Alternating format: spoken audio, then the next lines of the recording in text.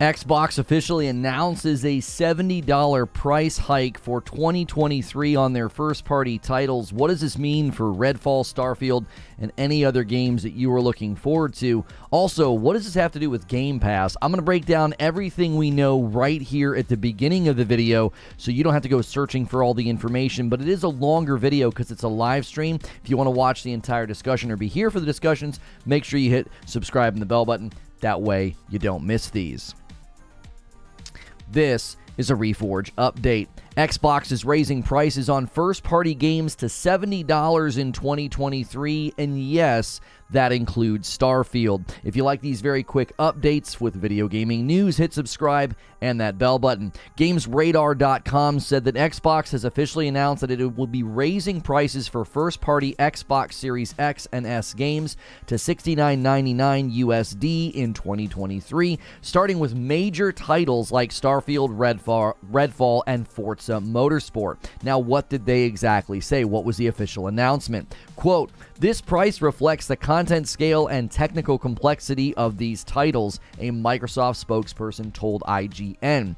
"As with all games developed by our teams at Xbox, they will also be available with Game Pass the same day they launch." So they're re-emphasizing these will still be on Game Pass day and date. I think some people are concerned, would this be at odds with day and date? Are they trying to get more money? Are they trying to get more sales? Now, outside of the U.S. region is still unknown, as well as all non-new games. Quote, "Specific new price guidelines have not been announced for regions outside of the U.S. It's also important to note that this change has only been discussed in the context of new games, meaning it seemingly will not retroactively hike the price on something like Halo Infinite." Phil Spencer actually hinted that this was coming, according to Games Radar. He hinted at the potential price increase in an interview back in October. Quote, "We've held price on our console, we've held price on our games and our subscription. I don't think we'll be able to do that forever." So everything's on the table in Phil's mind, and they're starting with first-party games. Spencer said it was, quote, "important to maintain the prices for the 2022 holiday season, but it seems that that will be changing in the new year." Now, they are matching the industry, but also sort of not matching the industry. The new pricing brings Xbox first party in line with increasing standard prices across the industry, but Xbox Game Pass makes the conversation slightly different because you can play the first-party titles day and date on their monthly subscription. I think this might actually end up being a big driver for Game Pass. People will say, well, now that the games are $70, Game Pass is an even better deal. What about Game Pass price is a legitimate question then. That said, we do not know how long Game Pass pricing will remain stable, said Games Radar. With gaming subscriptions not having been well tested as film and TV, we'll see streamer after streamer service right now raising prices. Disney Plus recently raised their price, and Netflix launched a Netflix basic subscription with ads. So it seems that at any point in time, both PS Plus and Game Pass will likely see a price increase. Lastly, what about console price? According to Games Radar, Xbox has made no announcement regarding increasing the price of the consoles. PS5 price increased throughout much of the world in 2022 due to a global economic environment, including high inflation rates. There was basically change of dollar to yen was really bad. There were some currency fluctuations, and Sony was like, we're going to protect our margins in those regions. Microsoft didn't do that. They're not necessarily as endemic to those markets and don't sell nearly as many pieces of product. Apple and some other tech companies did the same thing. So does that mean at some point Xbox will feel that they need to increase prices of the console? I don't think so. I think they're largely going to focus on the first-party games and then potentially raise Game Pass at some point once they feel they've hit saturation, which according to recent interviews, they kind of already have. So here's my thoughts. The $70 price increase coming to Xbox first-party titles in 2023 might be alarming, but this puts them in line with what Sony was already doing, and it may end up driving more people to Game Pass. Time will tell if Game Pass pricing goes up and to how much. As always, if you like these very short updates, hit subscribe and that bell button so you don't miss these, and check out Reforge Gaming. That's where I stream live.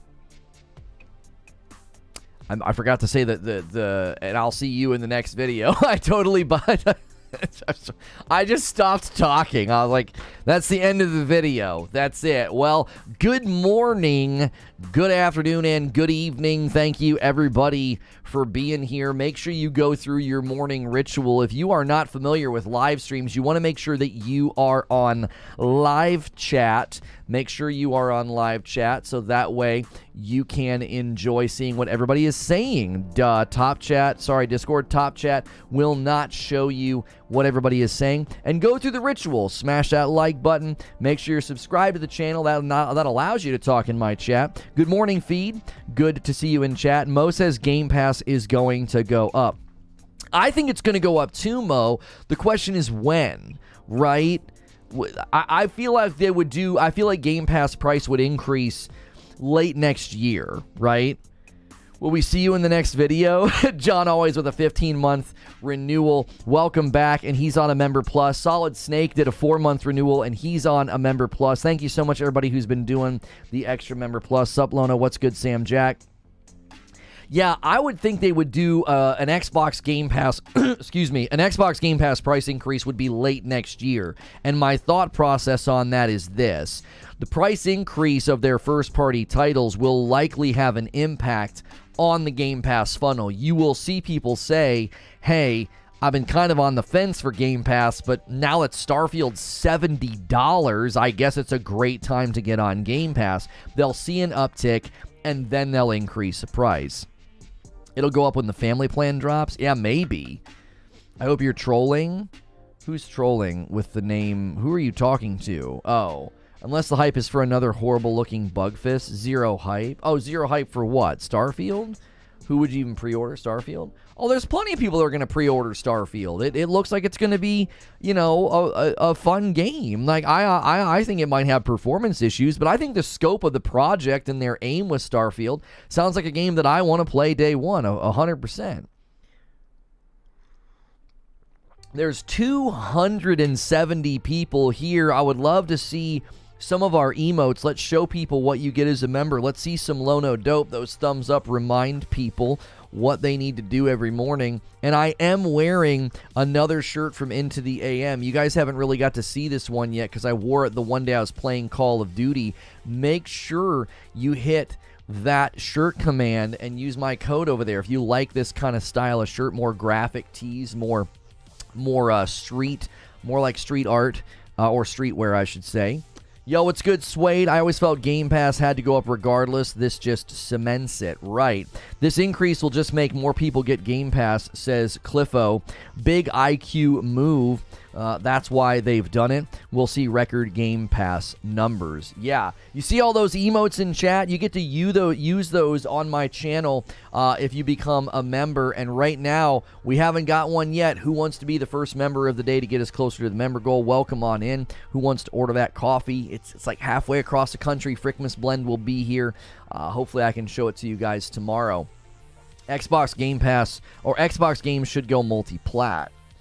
Well, you know what's interesting about this, right? What's interesting about this is this does mean that Xbox titles that we assumed were going to be exclusive for forever now have the ability to navigate to another platform, right? Like, a lot of people were like, oh, I don't know if Xbox titles would ever go over to Sony, but like, I think this would allow them to do that. They're going to have pricing parity with what Sony does.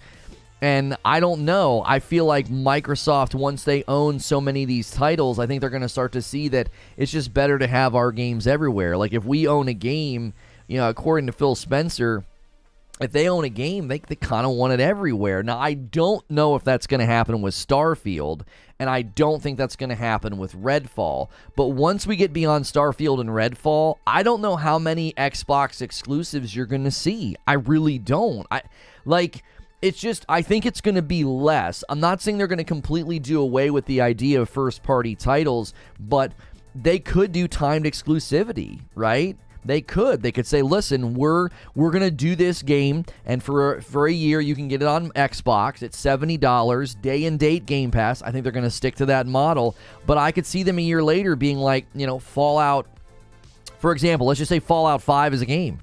I don't know. I feel like Fallout 5 would not just be stuck on the Xbox. I feel like it would hit Sony, and I feel like this price increase would allow them to do that. They'll have pricing parity with what Sony does with big next gen titles.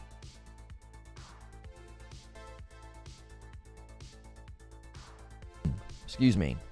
I think with Bethesda, it will be a year exclusive and kick it to Sony for extra revenue. That's what I thought. I don't think they're going to do that with Starfield. After that Todd Howard interview, I don't think so. I think they're really excited to be only on Xbox with that title. That's meant to be like a flagship. I don't think they do it with Starfield. And I don't think they do it... Well, they might do it with Redfall. I think they've said too much about Starfield and Redfall to do it. Oh, we've got the angle a little bad there. It's like too much of the desk. There we go. And look, I put the Legos up today instead of the coffee and Mjolnir. I put the Legos up there for you. Loney, please emphasize at least once that $70 today is cheaper than games were 3 decades ago. $50 in the late 80s, early 90s is over $110 in today's dollars. People need the inflation math. I didn't cover that in my show open, but the reason that I have always been okay with a price increase is because we get much bigger games for much less money now than we used to. When I was growing up, you were paying $60, sometimes up to $80 for a game. And that was a significantly more expensive purchase back then than it is now. It would be like going to the store and dropping, $100 to $110. Thank you, Ryan, for 15 months, and it's a VIP plus. That's a big one. Potential multi-plat games at 70. That's what I'm saying.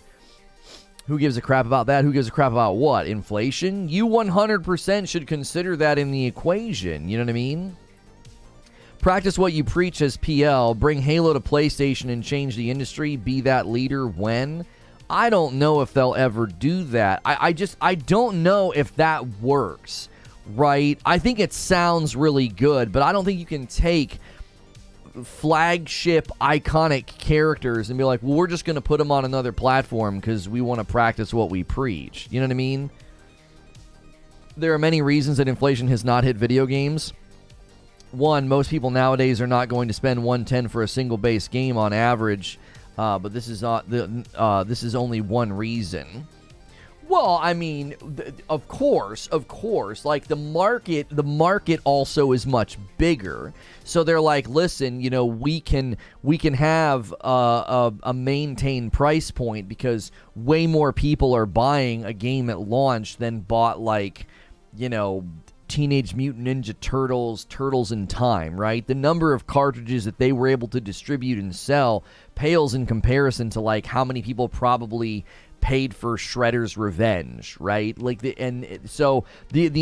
quantity certainly makes up for it and has allowed them to sort of stay the tide and be like, we can move so many more units of a game during the launch week. The launch week of one game now, even an indie game, my gosh, a game like Death's Door that sold 100,000 copies on Steam, I would be curious to see where that stacks up against some of the more successful cartridges that were distributed and sold. They're just making more and more and more money. The switch to CDs also allowed them to avoid inflation. Right, they were able to drive down production costs of the physical items, for sure. I've never been in denial about the fact that there's been protections in the market. I never wanted to drive this narrative they're losing money on the video games. More that we as the consumer have really benefited from a very rock solid price point that when you measure it against games that we got historically, the $60 that we spent on Mario Kart for the Super Nintendo, that was $110. And if you compare Mario Kart on the Super Nintendo to Mario Kart now, it's not even comparable. It just isn't comparable. You're comparing literally a mountain to a molehill with respect to size, substance, and content depth and content quality and content quantity. The number of courses and cars, it's crazy. So when I look at, the latest Xbox news, there's going to be a $70 price increase. I'm like, yeah, this is kind of a long time coming. Like, I'm not mad at Microsoft or Xbox. I do wonder what all the people who accused Sony of being greedy when they did it, like, oh, they're greedy, this is gross, this is anti-consumer.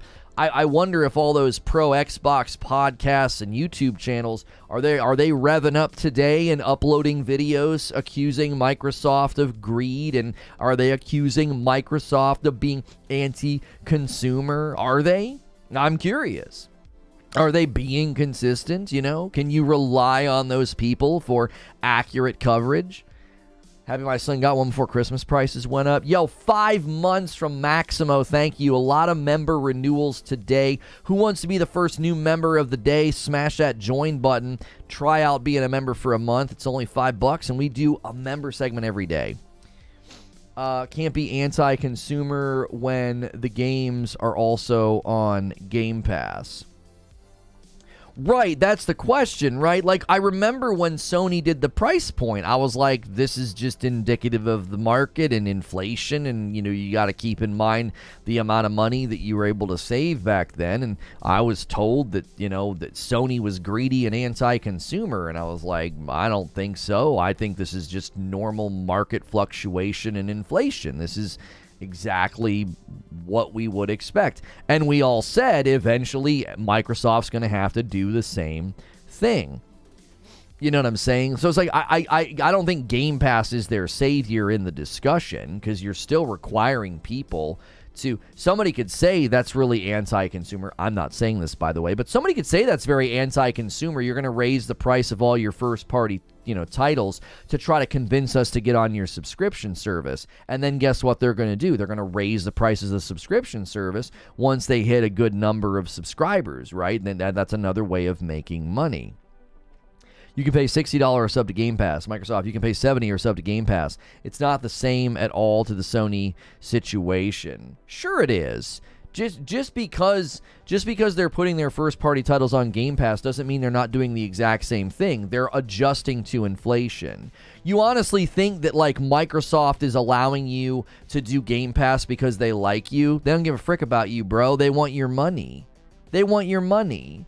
Like, Microsoft isn't doing Game Pass as out of the goodness of their hearts. Like, you know that, right? Like, you know how doe-eyed and silly that sounds. Oh, they're not anti-consumer because they have a subscription service that I can use instead of paying the $70. They give me an out. Oh, aren't they? They're so nice and charitable. That's just so sweet of Microsoft to be so pro-consumer. They're not frickin' pro-consumer. They're pro-profit. They're trying to get your money. Like, their strategy might be different, but that doesn't mean that suddenly one company is anti-consumer and your favorite company is, like, pro-consumer. They want your money, bro. You gonna say that when they raise the price of Game Pass? You gonna say that? You gonna say they're still being pro-consumer? I love giving them more money. Why? Well, they're just so nice to me, and Phil Spencer sends me a Christmas card. Come on. All these companies are doing the same thing. You just like one more than the other, so you find a way to slant it. Like, people want to accuse me of bias. It's like, I'm looking at both companies and saying the same thing about both of them. They're strategizing and navigating through the market in order to maximize profit. They're both doing the same dadgum thing. I'm not saying one's more pure than the other. I'm saying they're equal. They're doing the same thing. East Coast Overlord with a $5 super chat tip. I wonder why I don't hear as much complaining on the PC side about the price. Perhaps it has to do with Steam sales being so common. Well, because Steam's not having pricing parity with the $60 price increase. You're not going to see that. First of all, there's no first-party Steam titles. That's not a thing, right? That's not a thing. There's no way... There's no way for Steam to, like, make an announcement and be like, yeah, all of our titles are going to be at 70. You know what I'm saying? Pro-consumer is to funnel them to the subscription where you own nothing. Oh, see? A wonderful perspective. Thank you, Ghosts in the Garage Gaming. I wish we could gift members to specific people. I bet you if we go on a gifted tear, people like Ghosts in the Garage would get one. But that's a wonderful point. Yeah, man. It's so pro-consumer, man. Yeah, you don't own anything. You don't own anything. It's a subscription where you're licensed and you're allowed. There we go. Sven with the first member of the day. Come on, let's get this ball rolling. We gotta get to 1,500 members. I'm being real with y'all. We gotta get back up there. You know what I'm saying? And Kage Williams gets to be the one that snags the gifted member. Welcome back in, Kage. Xanatos with a 4-month renewal. Sup, Lono, been MIA. Was avoiding the God of War content. Family stuff for the holidays. Into the AM shirts are really soft and true size. We got 5. Hey, thanks for using my code. They are really soft. I love how comfortable their shirts are. They're great. I'm not just like caressing myself. I'm talking about the shirt. I think it's worth noting that $70 in 2023 isn't the wait is over that the Xbox people expected, but it is the one they're going to get. First off, if you want to own it, you can buy it, so it is what it is. Right, but Mo, listen to me. It's not, if you slice it as being pro-consumer, that's just so bias-laden. Nothing is pro-consumer. Shed that doe-eyed fandom optimism. There is nothing in the market that is pro-consumer. Successful services and products in the market are pro-profit. That's what they're designed to do. The bread you buy at the grocery store, the trinkets you buy for your kid, none of it's pro-consumer. There's no such thing as being pro-consumer. That's not a thing. If they try to convince you they're being pro-consumer, that's an act and an action of being pro-profit. That's not true. Backwards compatibility is pro-consumer. No, it's not. Backwards compatibility is a sunk cost into feature viability to get you to stay on a platform. It's designed to increase profit. Do you think that company did backwards compatibility and didn't weight the market impact and the potential impact on profit, or they just did it because they like you? Seriously, ask the question. You think companies this size are like, let's just do it because people will like it. It's just nice. Things could be both. No, absolutely not. The minute a company does something and convinces you it's pro-consumer experience, that at its core is designed to generate profit. That's why they're doing it. I'm not saying that's a bad thing. I'm saying take off your glasses. Take them off. That's not why they're doing it. East Coast Overlord with another $10 super chat tip. Every company on the market is trying to get your money. Steam gives great value to the consumer at the cost of screwing over many devs. No platform is truly pro-consumer. Yo, Kage Williams, there it is. Welcome back as a member plus. Wait, did you just upgrade from the gifted? That's cool. Is that what you did? Let's keep that thing going. We got 1 out of 15. Let's hit that goal, baby. It's definitely BS. They should have raised the prices in 2024 after having a banner year, not before. It's a slap in the face of gamers that waited all year. What do you guys think of what Doom is saying? I think that's a valid complaint. Think about it. We've been waiting and waiting for the Starfield release date and for Redfall, and everybody's sitting around being like, hey, Xbox, I love you, but where are the games? They're like, just wait. They'll be here in 2023, all right? We'll see you guys in 2023. Oh, wait, hang on. One last thing. The prices are going up. Come on. I'm not saying that they did this on purpose. I'm not saying that. But what I am saying is the optics on it is a little bit of a ruffled feather in my mind. Like, man, we've been waiting for these games. These games were supposed to come out in 2021, and then they were supposed to come out in 2022, and now they're coming out in 2023, and then you're going to raise prices before we even get there? I'm not saying that, but there's going to be people that do.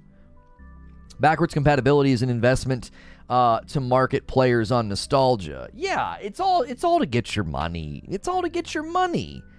The cost, risk and cost assessment is a part of business. Microsoft and Sony don't invest in a single piece of tech, UI change, or update that isn't combed over to measure impact on profit. That's why they do it.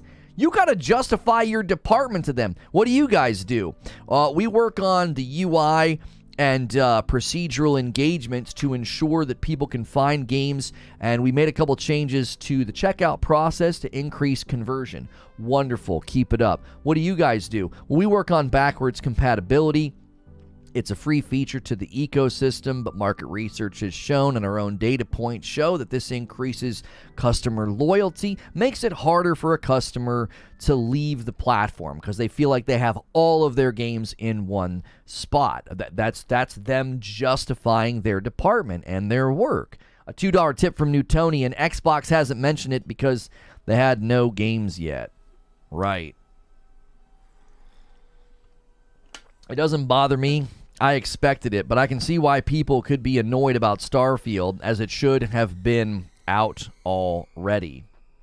I really think they are just using the whole inflation thing right now to jack up prices for things that don't cost any more to make than they have for the past 10 years. It's BS. To me, I liked the PR around it. I liked this. Listen. This is not hate. But I kind of had to laugh a little bit when I read this. This price reflects the content scale and technical complexity of these titles. Okay, so what you're telling me is that it has Starfield increase in complexity and quality, because it was originally going to land this year and it had been 60. Now it's landing next year. It's going to be 70. Did you guys increase its quality? What did you guys do? What makes it the version that we're going to get next year? How is it different than the version we were going to get this year? Like, what'd you all do to it? I'm being facetious and I'm taking a little bit of a jab, but come on. As I read that, I was like, wait a minute, both Redfall and Starfield got delayed. They would have been 60, right? Yo, a $10 super chat. Look how big that is. Golly. All these comments in chat, a lot of the guys fell for the PS5, the Microsoft marketing. If you believe these companies are pro-consumer, what about the elephant in the room? $70 for Series S game. Oh, boy. Thank you for the $10 tip. They increase the complexity of bringing it out on time. Could say the same for Ragnarok and Forgotten West. No. No, Nobody said those games when they were going to come out, they were going to be $60. We anticipated the price increase on the PlayStation ecosystem. I think they even announced it before those games even came out. I don't mind paying $70 for a game that earns the price increase, but it shouldn't be expected for a game like Callisto. Both were delayed. Okay. But weren't games already at 70 before they were delayed? The games on PS5 were already 70. They were already doing that. What are you talking about? It was a part of the whole dialogue. Jim said it even backtracked on it regarding Horizon Forbidden West. They were already selling games at 70, were they not? I don't remember the cost of, what was Ratchet and Clank? Wasn't Ratchet and Clank $70?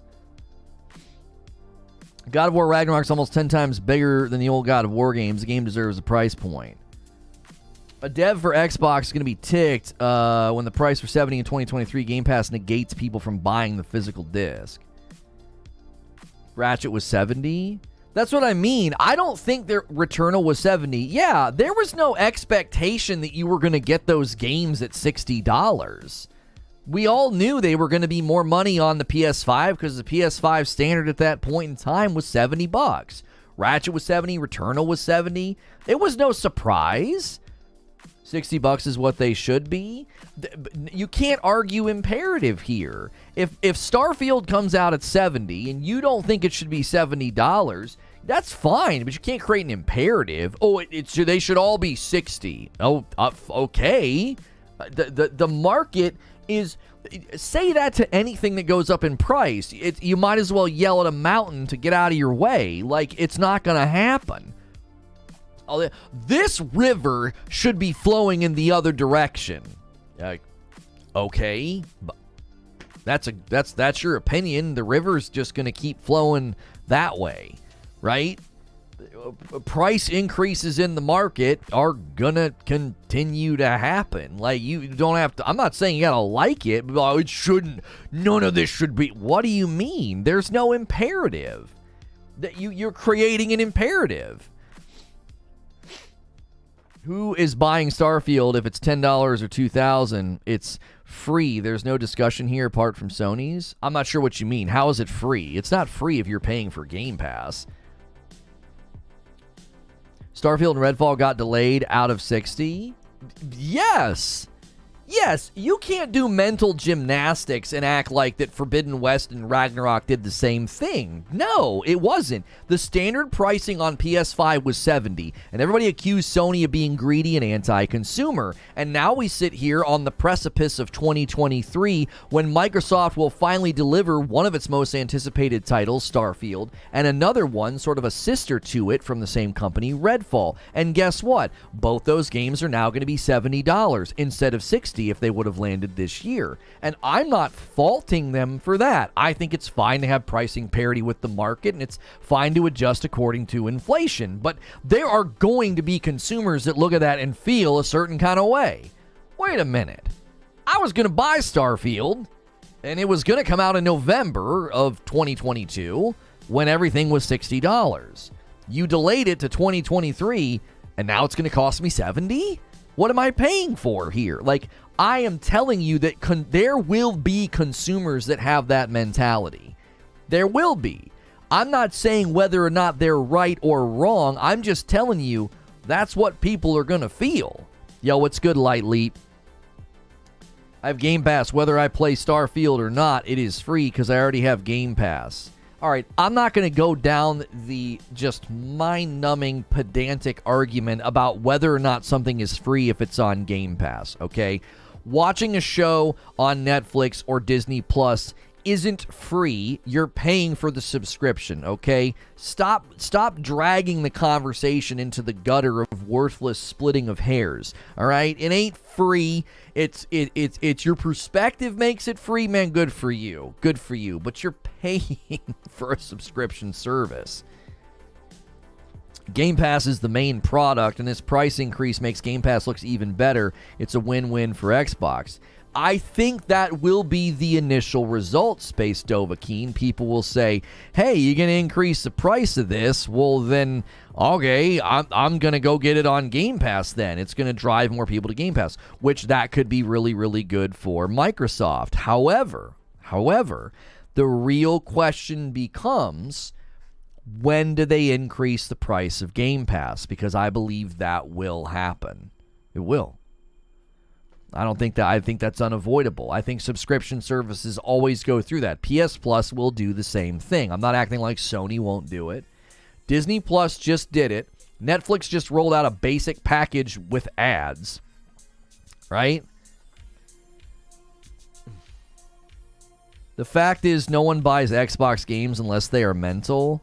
The fact is, you speak in broad, unsubstantiated platitudes, and it's exhausting to read such stupid statements. That's simply not true. The number of Xboxes in circulation, the number of Xbox users, compared to the number of people on Game Pass, homie, 2/3 of their consumer base isn't on Game Pass and are buying games. You're calling those people mental? What if they just prefer to buy 1 or 2 games a year, and they prefer to do it that way as opposed to being on Game Pass and not touching anything all year? Like, who the frick are you to say that they're mental? What if that's how they want to be as a consumer? What if they think that's a better value? Yeah, I buy 1 or 2 games a year, and I know what I like, and I know what I want. I don't want a bunch of indie games. I don't want a bunch of shovelware. I had Game Pass for a couple of months, and I didn't touch it, right? I have Game Pass, and and every once in a while I'm like, what am I paying for? I don't use it all that often. But then out rolls a game that I can just install right away and try out with my wife or my kiddos, and I'm like, yeah, this is pretty good value to me. It's pretty good, that's pretty good value. I predict Xbox fans buying months and months of Game Pass in advance to dodge the price increase, and then being salty that there's just not many decent games. Tinfoil says, Mo, what if the increase was made for them to have it used as a concession to keep it at 60? I have no idea what you just said. What if the increase was made for them to have it used as a concession to keep it at 60. That sentence doesn't make any sense to me. I mean, listen to what you're saying, Frostbite, because you have to pay $7 just to play online. So as long as one game comes out a year, you break even. Okay, listen. You could be mathematically correct about the value of Game Pass, but that doesn't mean that it's landing on the consumer in that way. There are many people that don't do Game Pass. There are many people that don't. Game Pass is projected to only make up 15% of Microsoft's revenue, okay? That means they're getting 85% of their revenue from something else, okay? That means people are buying games. That means people are buying microtransactions. Yeah, like what you're saying, I get what you're saying. You're like, this is a steal, right? This is a steal. Why wouldn't I do this? And at one level, you're correct. If you think Game Pass isn't getting a price increase as well later, yeah, right. Only time I use Game Pass is grabbing a cheap month code for a few bucks to try big games that drop. Outriders, Halo, etc. Save me 60 each time. PC gaming is going into the crapper. It's over.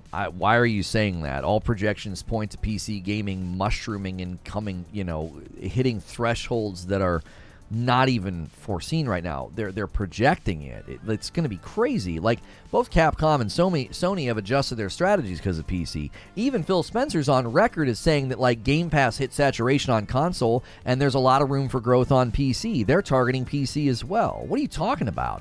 PC gaming is about to be crazy. It's dead and over. Watch Michael Does Life. He's the real. Michael, are you in here on an alt to promote your own channel? That's adorable. The guy literally holds up every game and says it's trash and not to buy, and then like a week later he says he was wrong about it. Really? The formulaic, like, negativity, algorithmic, I'm not even going to get into it with you. If you want, go watch him then. Why are you here? Gaming is dead, PC is whack. Okay, that's fine. Go watch him and ask him hard questions about revenue models. Ask him hard questions about profit generation. Ask him hard questions about Sony and Capcom adjusting their strategies around PC gaming. Ask him about projections in the Asian market with respect to PC growth, hardware accessibility, and the drive down of chipset prices. Ask him those hard questions if he thinks PC gaming is dead. He's a real authority on the subject, I can tell. PC's whack. PC gaming's dead. He sounds like a really well-educated economist that knows what the market's going to do in the future, while all these multi-billion-dollar corporations are just clueless. Is this your first day here? Is this your first day here?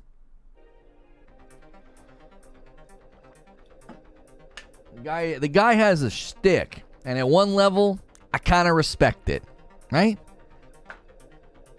I kind of respect it. He has a shtick. He hates on everything, and people pay him money to argue with him, right? But virtually all of his claims are made almost in character, bro. He's basically a character. And if you think what he's doing is genuine and facts-based, then you have absolutely fallen into the Kool-Aid pit, man. You're drowning in it. It's an absolute shtick what he does. And at one level, like I said, I respect it. But don't come in here and promote somebody else. It's annoying.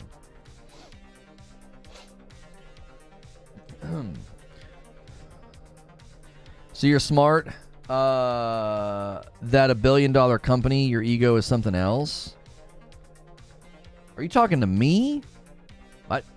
I wasn't saying I was smart because of what multi-billion-dollar corporations were doing. I was saying that all signs point to PC gaming having a massive, massive swell of growth and revenue. It's why all these companies are adjusting to the PC market.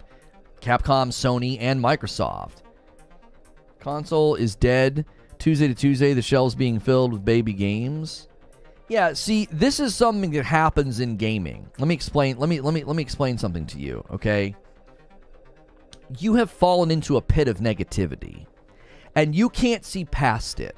So all you do is you go and you run and you find YouTubers and videos who will give you emotional affirmation. You're angry, you're disappointed, you're unhappy. Whether or not that's a personal thing in life or you genuinely feel that way about gaming, but all you're doing is you're running around looking for emotional validation. And you found it in a guy who every video he puts out says, this game is trash, this game is bad, don't buy it. And you sit there and it tickles the part of your brain that makes you feel accepted because someone's affirming your emotional state right now. Okay? I'm not gonna do that. I don't speak in unsubstantiated platitudes. Gaming is dead. Okay, sure. It's dead. It's the fastest growing industry probably in existence right now. There's a $70 billion acquisition being looked at by the globe because gaming is on such an uptick and such an upswing of profitability that every single person wants to be a part of it. And your emotional state about gaming is not a fact. It's merely a state of feeling that you want affirmed by videos and YouTubers and bloggers. And when you don't get it, it bothers you. And you just continue to say things like, gaming is dead. PC gaming is dead. And games are just bad now. Listen, quit crying, pull yourself up, and realize that life's not that bad and games aren't that bad. And if all you're looking for is emotional validation or affirmation about your unhappiness right now, then go the frick somewhere else. That's not what I do with my content. I'm not just going to sit here and hold up this game's crap, don't buy it. This game's crap, don't buy it.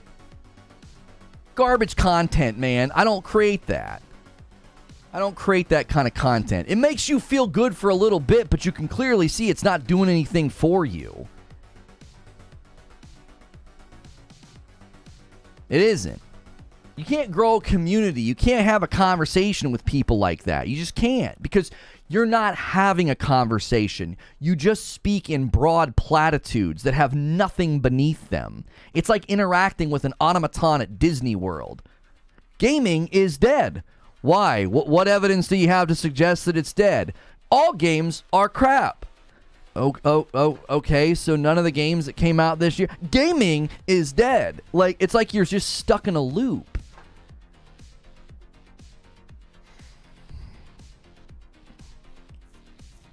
On the subject of the $70 price increase, yeah, I bodied him. I had to. I get so tired of people coming in here and doing that. I just get so tired of it. You're not getting your emotional validation from me. I'm not your daddy, all right? I'm not. I'm not your gamer daddy. And I think a lot of people are going to say this. I think they're gonna look at the $70 price increase, this Xbox news. They're gonna say, well, all the games are so bad. Why are we having to pay more money for worse games? Because that's just how they view the world now. Yeah, I saw the update, the Elden Ring thing. We'll probably cover that tomorrow. But Dad, what's good, MJ?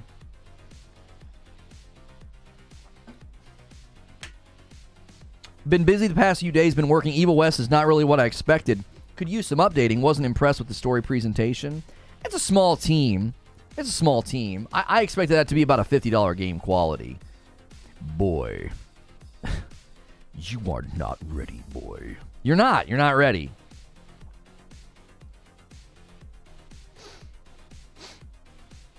That's categorically not true. PC gaming is becoming split into two markets, says Corey. The high-end PC gamers, which make up the smallest population of gamers and the average median user. Consoles are dividing line between the two groups. I mean, every financial projection and estimation that I've looked at for the PC gaming market is bonkers. So, what's your contrary data? Like, what are you pointing to, other than just conjecture? Like, oh, it's this dividing line between high-end PC gamers and the mid-lane. Okay. Where did you pull that from? What are you talking about? Is that based on the Asian market? Wait, what's that based on? Who is doing that? Where is this influx coming from? Where is this dividing line coming from? I don't see any evidence for it in anything that I've read about this.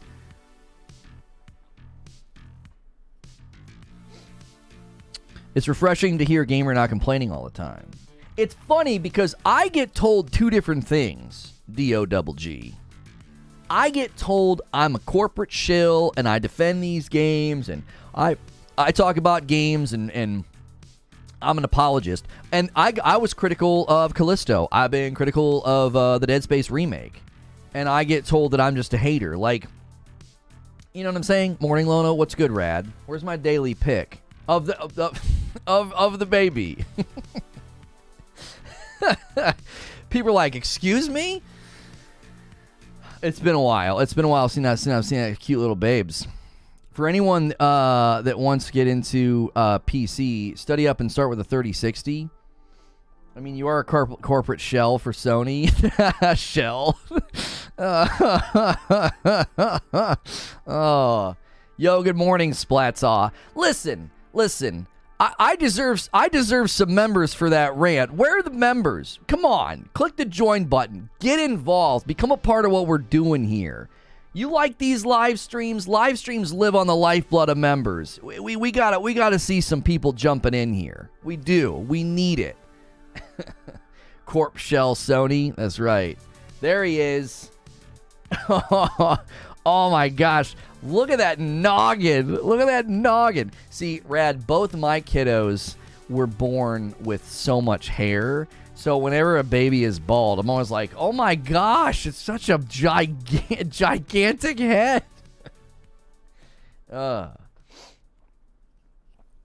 Nice rant, Lono. Gaming isn't dead. NVIDIA sales data show that high-end PC gaming is the smallest segment of their sales. Okay, with low-end cards being the highest-selling cards. Same is true of Intel. Okay. What does that have to do with the projections for the growth of the gaming market? The PC gaming market? What you're saying is what is probably true of, like, I don't know, every tech company in existence. Well, according to our reports, our really expensive items sell at a smaller quantity. And then right here in the middle, the value sector is booming. Like, you're not saying anything that isn't probably true of virtually every tech measurement ever. It's always that way. The high end makes up a smaller percentage, and everybody's buying that value option in the middle. That's probably true of TVs. That's probably true of cars. Like, that's what people do. That's not unusual, and I don't think that has anything to do with what we were talking about. I just think there needs to be a dividing line somehow with the PC market. PCs capable of barely running Among Us are included. Well, sure, and that's one of the reasons why I think they're looking at it. Hey, there we go. Come on, we got to get some stuff going here, man. There it is. 5 gifted members from Cybersword. Oh, one went to D-O-double-G. I love it. Coder, Tyrone, Lone Wolf, and Javel. There they are. They're going to hit down here. That puts us at 6 for the day. I appreciate it so much. That is awesome. If you just got gifted a member and want to pay it forward and gift a batch yourself, feel free to do that. Let's get a little train going. This might shock you, but not every PC gamer runs a rig worth 4K.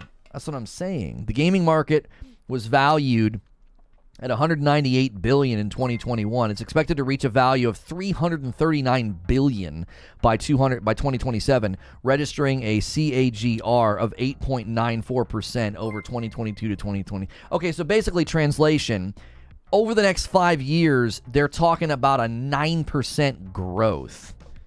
Okay? You're talking about going from under $200 billion to $340 billion. He's looking at the data incorrectly, says Wheezy. Of course, the most sold cards are 1060 in the 3060 range, but they're still better than practically 90% of the systems people use. Anyone know the Game Pass increase price? Brothers Crib, they have not announced an Xbox Game Pass price increase. That has not been announced. The Xbox news that we're covering is a $70 price increase on games, and Everybody that just got a membership, by the way, every day we do a member segment. I forgot to do a member sneak peek. I got to get that in my ritual.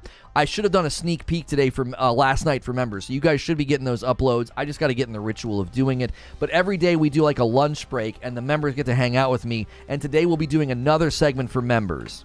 It's not just a generic talk show. In 2021, PC video game revenues are projected to surpass $37.4 billion US dollars. I'm having a hard time getting a grapple on what we're talking about, so I'm just grabbing comments and people are saying stuff, basically, at this point. How much do we think Game Pass increase price will be? I think 10. I think $10.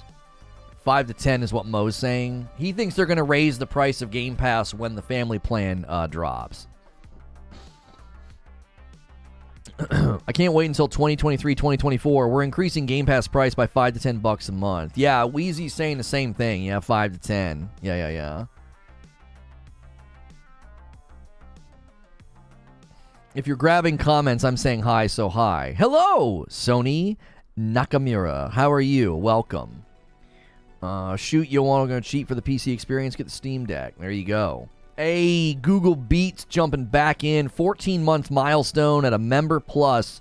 Just bought my first bottle of Kraken. What do you mix with it? Cherry Coke. See, what I do with Kraken is I do a shot of Kraken and then I do a shot of coconut. Of coconut rum. And I put that in a Cherry Coke. Oh, golly. That's freaking dangerous. I would put pillows on the floor. You might end up sleeping there. Good morning, Silver Subaru. How are you? Good morning, we the people. I doubt you get 10, but you'll see games charge 40 for early access to the content. So pushback on Sony increase of plus. It won't be because of lost sales on first-party games. It'll be because of inflation. So pushback on the increase of plus. It won't be because of lost sales on first-party games. Oh, right. I see what you're saying, Eugene. You're saying that Sony will be increasing plus just because of inflation. Microsoft's going to have to increase the cost of Game Pass because they're losing money on the first-party title sales. Here's the thing. Game Pass is priced at such a great value right now to keep getting people to buy in. Once Microsoft sees that they've reached their peak level of subscribers, that's when they start to increase prices. Oh, I agree with you, Deadly Dad Gaming, 100%. Lono answered that question way too fast. Well, I did? The alcohol question. Spoken like a true alcoholic. Hey, I like Kraken. I actually haven't had Kraken in the house in a while because it's dangerous. I literally don't buy it because it's dangerous. It's like, yeah, I'll have a little drink. The next morning, I'm like, oh golly, what did I do? I'll just have one. I'll just have one. Kraken, rum. I'll just have one. ... Maybe. Random question. Do you think Microsoft can win against Apple and make them open the App Store so they can put Game Pass on it without paying them 30%? No, I don't think so. Yo, what's good, Oscar? I won't join, but I will unsubscribe. Oh, okay. Guys, he's not going to join and he's going to unsubscribe. What should we panic or let's gift more members? Let's see if we can give him a membership on his way out. If you think inflation plus EV for Game Pass won't increase the price by $10+ slowly over the coming years, you're a fool, says Wheezy. Oh, I could go for a Kraken right now. Wakes up 3 days later. That's right. Can I panic on your behalf? Yeah, I need to panic. I'm on the verge of giving up gaming, to be honest. It's really quite boring, and most games are broken pieces of trash. I'm sorry you're at that low place. I think games are an amazing spot, and I love the games I've been playing lately. The Karen ultimatum. I just went on a rant about how these companies do things for profit, but now Sony will do it because they have to, not because of profit. Dr. Dinglenut, you do know that if they do it because of inflation, I'm going to let you know a little secret, just a little teeny secret, okay? Don't tell anybody I told you this, but when companies raise prices because of inflation, it's to protect profit. Like they want to get profit, and profit margins, they go like this, they get smaller. different sources so the numbers don't line up perfectly. Global surge in video game revenue. Oh, right. Pokemon Scarlet and Pokemon Violet games for Nintendo Switch crossed 10 million units in the first 3 days since their launch on November the 18th. Is gaming really dead? That's what I'm saying.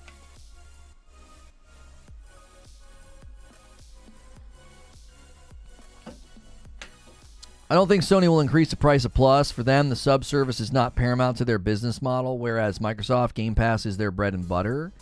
But it's not their bread and butter. It's only 15% of the gaming revenues. So I think both companies are going to raise prices on subscription models because that's what subscription models do.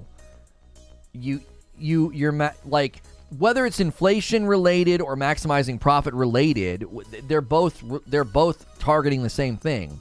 Protecting margins, making sure they make money on it. So if Sony does it because of inflation and Microsoft does it because they're finding that they've plateaued and they want to protect the fact that they are giving 25 million people the opportunity to not buy Starfield, right? And 25 million people times $10 that's a lot of beans, okay? They're both doing the same thing, and neither of those things is wrong. Like, see what I'm saying? Like, nobody, I haven't said this. I don't even think when Eugene said what he says, we weren't, like, criticizing the difference. We were simply highlighting the difference. Like, this is probably going to be a different motivating factor, but both companies are doing the same dadgum thing. They're maximizing the amount of money they can make from their consumer base. What's funny is he projected malice or fandom onto a simple statement that had neither. Sony's reason for increasing and Microsoft's reason for increasing are different.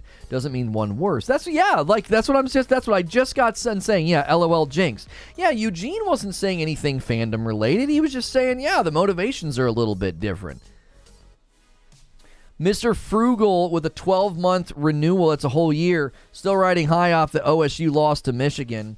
2005, $60 was around 91. 2022, inflation is real. Oof, it is, brother.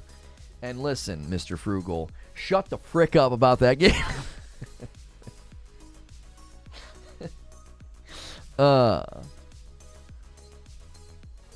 Is 25 million a month, a quarter billion at 10?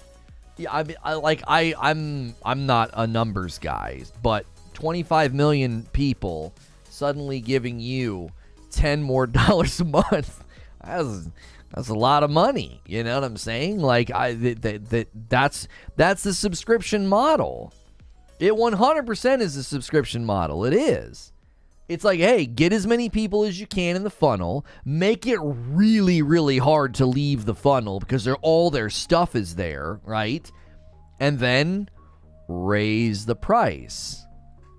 You think that's bad? Remember 2006 when the Bears finally got to the Super Bowl only to lose? Also Sonic 06. Oh, I agree. What I'm saying is, because we don't exactly know the revenue split with regards to Xbox. We saw a glimpse of the 15%, but I truly believe that was watered down for the regulators.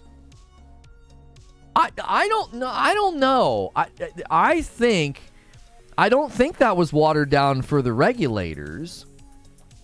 I think that was quite literally them saying, we want software. Like that, you know what I'm saying? They want software. They want the games to sell. They're not like, yeah, our model is not Game Pass centric. Our model is software centric. If a company is selling something at 60 and their profit margins shrink down from 30% profit to 25, then of course they're going to raise prices to make back the 5% profit loss. Yeah, that's exactly right. What's good, Jim James? Do you think raising the price might get people to realize they are still paying for the subscription and then cancel it? A lot of people probably don't realize they are paying for it. Do you think, hang on. You think raising the price might get people to realize they're still paying? Oh, yeah. I mean, that's always the risk of raising the price is you alert people to being like, oh, I forgot we had Netflix. Cancel it, right?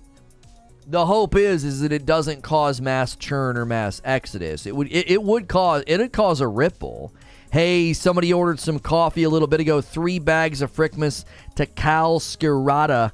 We should have those bags in our hands tomorrow. I'll try and show them off to you, and I'll try to give the members a sneak peek. Thank you, everybody, for being here today. Appreciate it very, very much.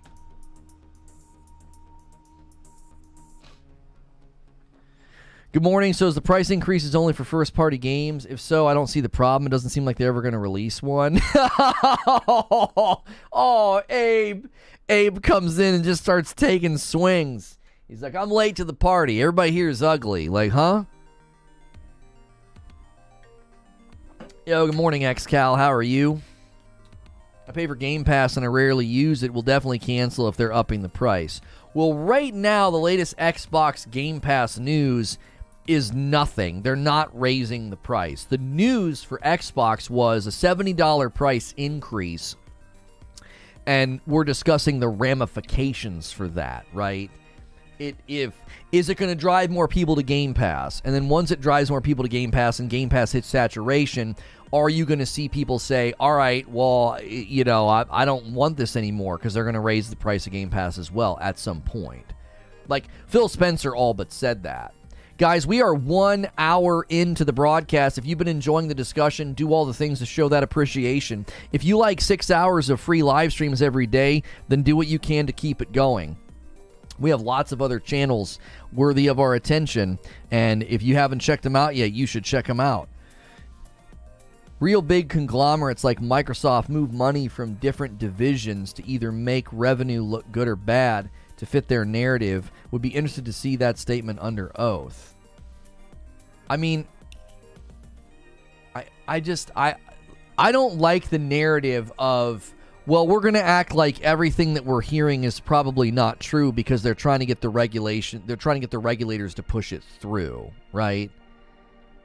All you have to do is look at the number of Xboxes in circulation, the number of Xbox accounts, and then look at the numbers that we're getting, 25 million people on Game Pass. And you can clearly see that, like, long term, Game Pass isn't the lion's share of where their money is coming from. I can't see Microsoft going out into the public and doing interviews and talking to regulators and just flat out lying about the amount of money that Game Pass is making, right? I'm not interested in conversations where we just create unfalsifiable positions. Well, like, oh, no, I think that they're lying. Why? Because, well, okay, so I think Jim Ryan's an alien, and he's here to get us all to get on Sony's platform so that they can infect our brains with the virus. Like, what point is it at that point? Well, it's just getting to the absurd. Like, well, I don't think that they're lying. I have no reason to think Microsoft's misrepresenting the Game Pass share of their volume. Microsoft hides numbers. I don't know if they're doing it here, but they do. They stop reporting sales, and they throw Xbox revenue in with their other divisions. Yeah, during a shareholders presentation, they showed that games and services, Game Pass made up $2,900, and the other is close to $10,000. Now, obviously, that's in the millions, so they're just using that so that we have like a number that'll fit, on the graph. But they literally went to shareholders and showed, billions. Okay, so in the realm of billions, so I'm using thousands, but this is representing billions, right? And they're saying 2,900 comes from Game Pass, and almost 10,000 comes from everything else. So they went to shareholders and basically said, listen, close to 13 grand's coming in, and 3 grand of that's Game Pass. So you're talking about a massive, massive amount of fraud if they're going to investors and saying that, and it's not true. You know what I'm saying?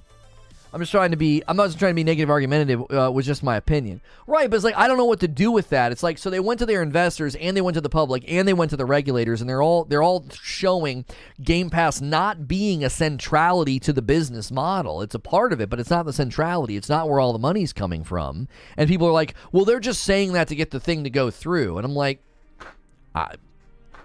okay? Like, well, I don't know what to say to that. You don't have to provide exact numbers, but lying is a big no-no, and no accountancy firm would ever sign off on that. I found Medieval Dynasty on Game Pass this year, a game I probably would never have bought. Turned out to be one of the best games I played this year. I like having Game Pass for that reason. Yeah, and I think Microsoft missed a huge opportunity to make a ton of revenue from people like you by letting you play that game for 2 hours and then being like, oh, you like it? Buy it. And you would have. And guess what you would have done? you would have tried a bunch of games and not paid for them. That'd be a huge value to you. And then when a game does really well and it's praised and it has this huge, massive following, something like Cult of the Lamb or Death's Door, you try it and you check it out and then you buy it. Like, their revenue model would be a lot healthier if Game Pass would have focused on letting you try games. Now, I'm not saying they don't put a bunch of games on the subscription service. I think you do both.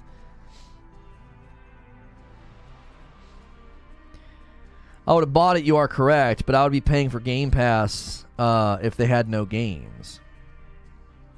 Right, but I'm not saying you just run in the other direction and not give people games. That's not what I'm saying. I'm simply saying that if they would have set it up in a different way, you could still get all the value you're talking about and also get other value points. You get other value points. You get value points from, the trials, sampling things. Oscar, we'll probably do that tomorrow. There was no way for me to break that today. And we typically do a little bit better when we're a day after. Breaking news for us doesn't go that well unless it's like brand new gameplay. I haven't touched Game Pass, but I keep forgetting to cancel it. I know we're not talking about it yet, but the video came out as well. Oh, they released an actual video. How long is the video, Weez? I think Game Pass still has a lot of value, even without day-and-date first-party releases, but definitely would require you to be into certain types of games, especially indies. Game Pass is wonderful. Oh, it's a wonderful outlet for indies. Oh, it's 1 minute? Okay. What video? It's an Elden Ring thing. We'll probably cover it tomorrow.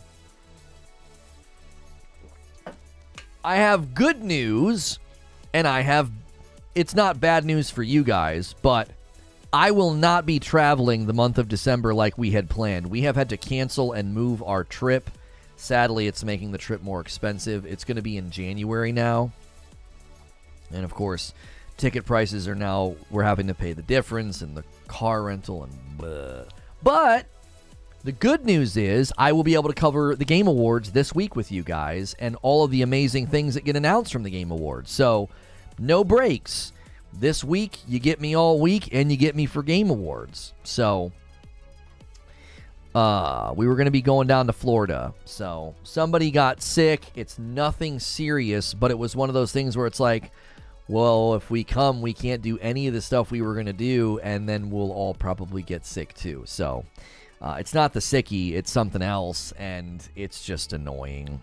It's a bummer. It's a huge bummer. I was looking forward to seeing my nephew and doing like an early Christmas thing, but the good news is we'll get to cover the Game Awards, and we'll get to have probably a really good week.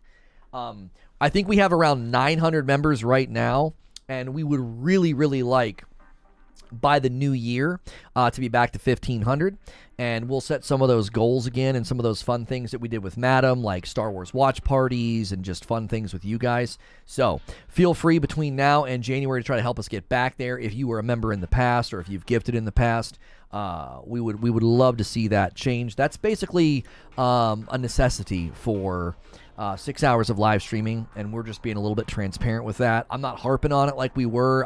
We're not doing a dividing line between gifted members. Every member is a member, but we are increasing and doing more things for you guys. We're doing daily segments with you guys. Yeah, I don't know. I don't know that. I don't know if Doc's right about Train's platform. That platform is rough. The feeling when you find out you'd hang out with Lono.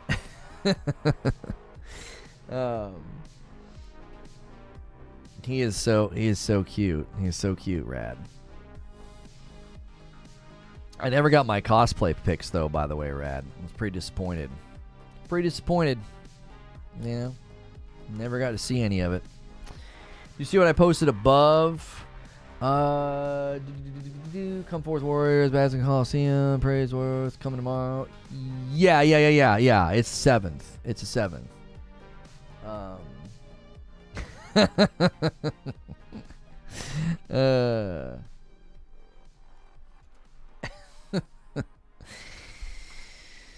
So, Lono, did you see the new streamer platform? Yeah, it ran like dog water when I tried to use it, and it just had a bunch of nasty stuff on it. So I don't know. It'll probably self-implode. It'll probably self-implode. I don't know how you make a platform like that profitable. The payouts he's talking about, the infrastructure that you need, the legality that you need. You need an admin team to protect the site from people doing what they're doing, right? I literally saw a Pokimane deepfake, like adult piece of content being streamed on the platform. I was like, yep, this thing is DOA. Because if you don't think she gonna get involved and sue you, if you don't think that all the other stuff that'll probably get redistributed on the platform, TV shows, sporting events, pay-per-view, there ain't no way. There's no way. The infrastructure he needs to build, I doubt he has the money to do it. I really do. So. It's really from the purple leak. Some parts still had purple logos in there. Yeah. So, all right, let's get the conversation back on track here. Let's get it back on track here.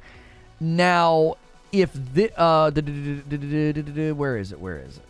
Will this price increase affect your desire to buy and play Starfield and Redfall? Do you think this is going to hurt those games when they finally release? Like when we finally get the Starfield release date, do you think this price increase hurts it? Is this going to be another PR hit for Starfield? Because if I'm Bethesda, I'm sitting here thinking, man, we already had to delay the game, and now you're raising the price. It won't affect mine. I was going to buy Starfield anyways. Okay. Do you think it's going to affect like general public's opinion of what's going on? Right? Redfall has gone from a maybe to I'll probably get it on sale. He called it Redfield. That's funny. Redfield, whatever it's called. Yeah, Redfall. I'll just play it via Game Passes, Geek to Sneak. No, but I didn't want to play them anyway. I would happily play, pay 80 for those ladders, says Abe. But nah, I don't see it being an issue. The industry is moving to the $70 standard, so it should be okay. Puts a lot of pressure on the studio to deliver a banger, in my opinion. Some people are probably going to complain and moan, says Wheezy. Do you think this will bump up the price of Microsoft's smaller games on scale of Pentiment Grounded, like maybe 5, 15 more? Yeah, I don't know. I don't know. I don't know if it's gonna raise. Those things are gonna be affected. But I definitely see Game Pass going up by $5 or $10 at some point for sure. Eugene says my expectations just went up. So it's $70 new game price. Yes. So what's going to happen is that the Xbox news is that all Xbox games, their first party games are going to be $70 going forward. I remember paying $60 for N64 games in the 90s. $70 on games in 2023 is fine. I don't think the price point is a problem for most people that are sort of in the know and monitoring the markets and grew up buying cartridges. I don't think most of us will care. I just am curious if you guys think like the general public is going to be like, man, frick this. I don't have a price increase. With a price increase of $70, I feel this change is going to take a while to fully be accepted. Seeing $60 for most of their life, most folks won't feel the extra 10 is worth it, but honestly, who knows? As gaming gets expensive, then I have to drop some subs I used. Well, for sure. Is the price hike annoying? Yes. Will it stop me from buying games? No. I feel like this increase should not be a surprise, says Skiffy. The issue is Game Pass has fostered a non-spending culture. People will revolt except for the hardcore. I don't know if people are going to revolt. I don't know. To be honest, I'm a bit ticked. I already pay $80 to $90 for a game. Yeah, Canadians, this going to hurt you guys quite a bit, I would imagine. The public does that with everything. Like, you walk into a grocery store and people will go to the meat section and be like, meat for XX? I remember meat was this much. Not worth it. And meat will still sell. Maybe. Sometimes it kind of downward spirals because the price goes up and then quantity of sales goes down. And then they're like, we're not making enough. We're not moving enough. And then they feel like they need to, they need to raise the price again. That certainly can happen as well. You can end up in sort of a downward spiral of, well, we raised the price, and so demand went down, and we got to raise the prices again, right? You can get caught, I think. You can get caught in that. I'm not saying that's going to happen, but it's definitely possible. In a few years, 70 won't carry an expectation increase like it does now, but right now, 70 means I expect more. Here's what I'm going to say on the matter. I don't think the $70 price increase for Starfield and Redfall is suddenly going to make me expect more from those games, but I bet you a lot of consumers have that attitude. I do. I bet a lot of consumers end up having that attitude. They're like, it's more money, it better be better. It's more money, it better have more quality. I buy 2 to 3 games per year. The price doesn't hurt me that much, but I can see how it'll impact people who buy a lot of games every year. If you buy 10 plus games, you're adding $100 to your annual cost. Starfield and Redfall are too late in the dev cycle to add $10 worth of value for some people. I think some people will complain. Didn't they complain when PlayStation raised their prices for the PS5 games? Canadian to American dollars is the same thing. It's just that the Canadian dollar is worth less. Right, which means they end up paying more a lot of the times. Dan's a Tastic with a 15-month renewal, and it's a VIP. I'll be okay. It just pushes me back to Game Pass. Also, good morning. Good morning, Dan's a Tastic. Thank you so much for being here. Guys, if you haven't gone through all of the rituals, make sure you're not on Top Chat. If you don't watch a lot of live streams on YouTube, Top Chat doesn't show you what everybody's saying. So make sure that thing at the top, switch to live chat, push all the buttons. And if you've never done a membership on YouTube before, you can see people in chat. They have badges next to their names. They can use emotes. They get into my Discord. And they can do what Dan Zatastic just did. They can renew and kind of celebrate. And then they get access to the member stuff that we do in the middle of the day. We take like a lunch break so I can eat, but then we hang out and do some stuff. We'll be doing another one today. The real killer is when Game Pass prices increase, says Ugly Nerd. I think that's the straw that's going to make some people say, come on, bro.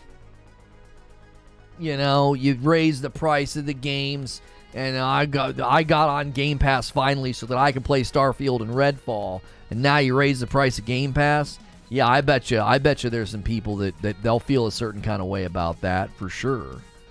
For sure they will. They'll be like, hey, wait a minute. You just did all this? I'm not expecting them to add to Starfield and Redfall, but I'm holding them to a $70 standard now, says Eugene.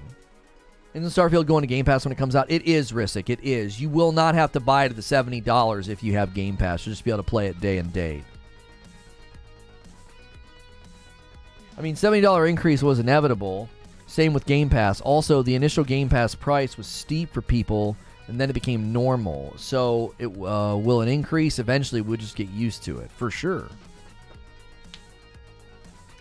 People buy day one for 60. I'll wait 2 to 3 months and get most games for 30. Yeah, I think a lot of people are going to feel like they want to jump in day one with Starfield. I feel like it's been a highly anticipated game. It's every time we talk about it, every time we do anything with it, it's been, we see a lot of people,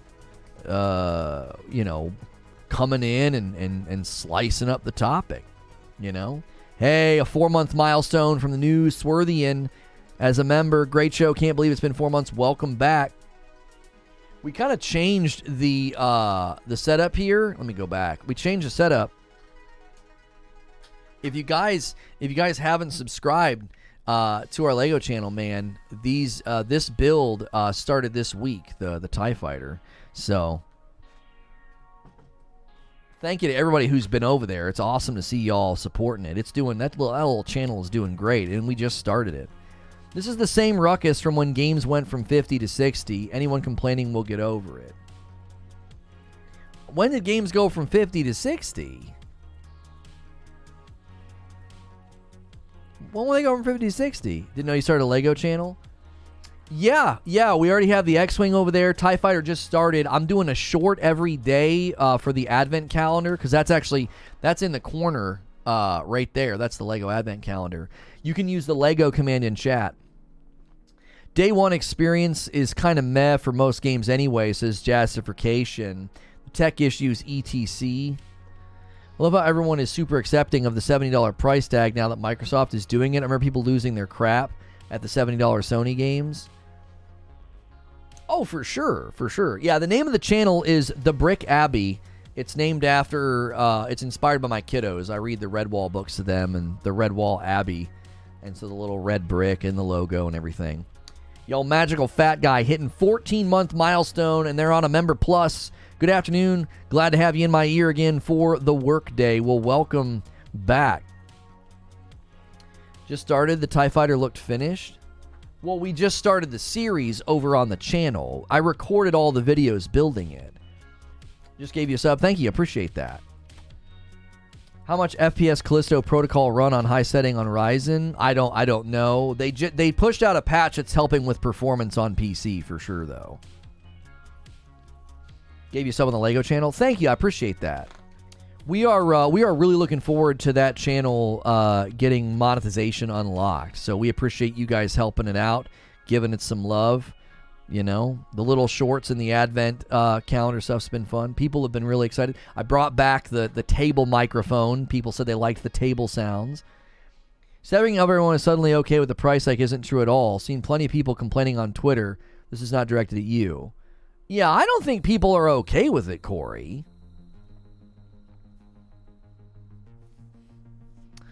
The performance issues were a clerical error.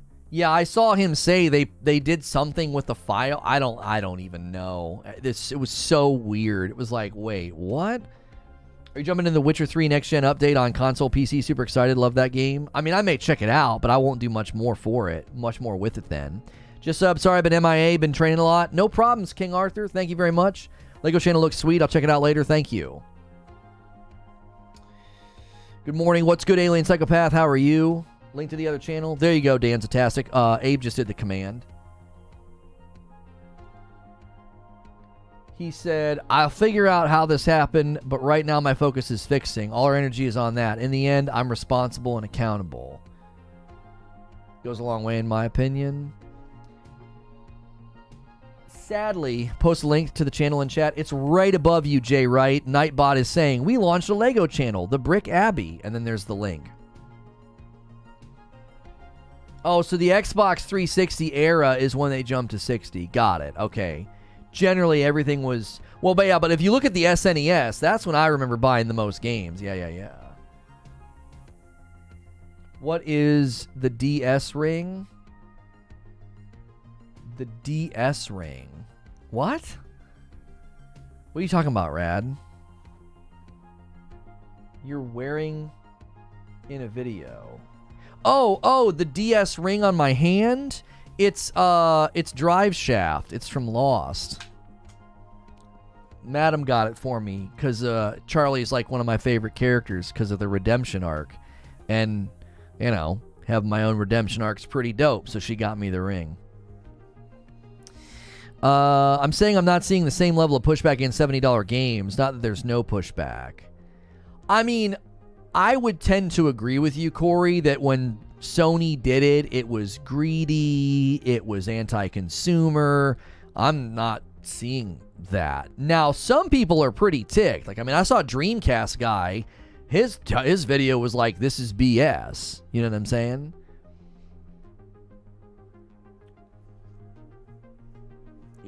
A lot of the guys are coming out with videos and they're like, this is nonsense, you know. Now, I didn't watch his video. I may end up reacting to his video. We formally announced this in a couple of ways, but we're going to bring the reaction content to this channel because we can do uploads here now, and we found that the reaction content was better in upload format. And so that content's going to come back to live here. We'll do those probably on like Monday, Wednesday, Friday. So when Genie's was $70, Regan's Trickle Down hadn't taken full effect. Sony did it first, so it makes sense that they got the backlash. Xbox riding the wave now after Sony started it. Right.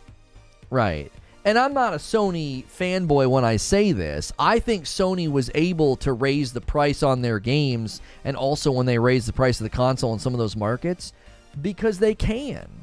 They're in a stronger position, and I don't think that's a slam. That's just like, we can be the first one to do this.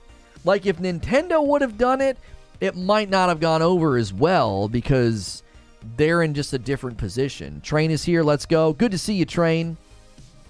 I feel like a lot of people that were against Sony raising the prices were just Xbox people poking fun, or people are just people are just over being upset about it. It's here to stay. Right. The reaction is almost always going to be different to the one leading the increase versus the ones following the increase. No, I think that's fair. I do. There were probably people that weren't being anti-Sony. They were just like, this is nonsense. Game prices don't need to go up. This is BS. And now that it's happening again, they're like, well, whatever. I guess this is just a thing now, right? You know, at some level, I do think that, you know, market acceptance just sort of happens. You know, what are you going to do? You're just going to stop playing games? You got to realize that Sony's first $70 games were bangers, too. Yeah, they did a good job. It wasn't like Ratchet and Returnal, you know, struggled. Sony justified it with amazing games. Starfield and Redfall ain't going to do the same thing. Yeah, I mean, that's part of the narrative that we've got to consider, you know. We've got to consider that part of the narrative, that this could potentially make things hard for Starfield and Redfall. The idea that, like, man, these are your first $70 games. They better be amazing, you know. They better be phenomenal. And I think the concern will be that they, you know, they're probably going to be good games, but I don't know. Are they going to feel like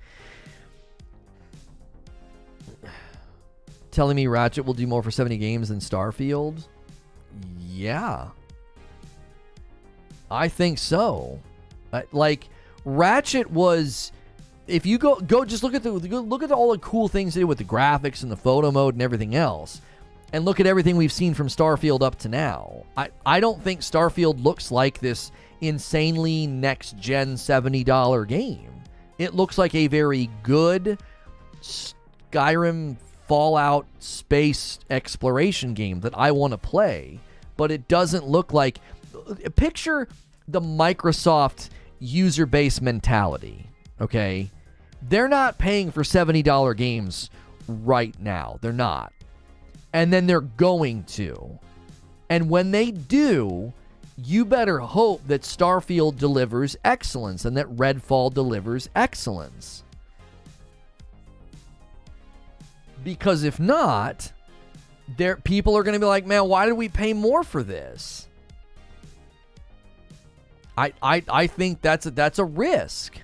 That's a big risk. You're taking your big flagship titles and you're trotting them out there, and you know you're raising the price with them. You're raising the price with them. It's not like they raised the prices like a year ago and you paid more for Forza and you paid more for this, that, and the third. These are your frontline titles. This is your battleground for the approval in the minds of the consumer. And they're gonna be like, this doesn't feel like a $70 game. It's got bugs in it. I'm not saying that's gonna happen. I'm just saying that's the possibility. Sony wasn't the first to raise to 70. Activision, Take-Two, and EA were the first with Madden, FIFA, NBA 2K, and COD. Imagine Halo Infinite dropping at 70 right now. That'd go over like a fart in church. If Starfield wasn't going to be an Xbox exclusive and be on both consoles, then no one would be so negative about the 70 increase. Exclusivity is opening up to more criticism. I think it's just different criticism, Christian. I think if it was on both platforms, people would be like, okay, $70, better be awesome, better feel next gen, better look and run amazing. What have we been saying about 70? If you're going to put yourself at the $70 price point, right now the expectation is greatness. That's the expectation. If you're going to walk out on the market right now and make your video game a $70 video game, then you better be at the top shelf, because that's the highest shelf that a game can land. Of course, Sony was the one to catch flack for raising the prices. They were the first platform to start consistently do it. Whoever does it first actually catches the most hate. Solemn, are you behind? I feel like he's behind. I feel like we already made that point. So ignore Ghost. Ratchet and Returnal were almost perfect games. The trailers from Starfield already have performance issues. It's concerning. Right, like, hear what I'm saying. I'm saying this as a fan of Starfield and as a fan of Xbox. I want them both to do really well. But Starfield is going to be looked at differently now that it's going to be $70. It's going to be looked at differently. It's going to be on the front lines of the ecosystem saying, I'm a $70 game. People are going to go to the storefront of Microsoft and be like, $70? What do I get? Do I get extras? No. Is there a season pass included? No. Is there DLC included? No. That's the new price. Folks are going to do the same thing to Redfall. Redfall might literally, no pun intended, fall on the sword. Because I don't think Redfall is going to be at the level of quality that people are going to be like, well, I'm glad I paid $70 for that. If the delay didn't happen, if Redfall didn't get delayed, are these games $59.99? Yes. If Starfield would have launched a month ago, yeah, it would have been $60. Because Phil Spencer said they didn't want to increase prices on games, Game Pass, or the console for the holidays. He listed all three, essentially making it to where, yeah, these are all three on the table for a potential price increase. The direct quote here, where is it? Because he mentioned all three. We've held price on our console, we've held price on games, and our subscription. I don't think we'll be able to do that for forever. So he's saying that the console price on games, and price on their subscription have all held steady, but he's like, we can't do that for forever. We can't.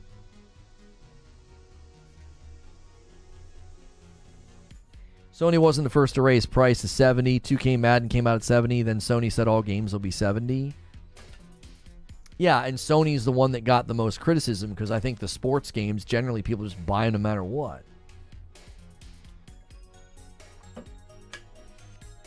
When you have Gotham Knights and Sonic and games like that priced at 70, it'd be strange to stick to 60. Also, as of today, Sony offers 3D audio, haptics, etc. as a part of the feature separating the 60 from the 70. Not always, but it's there.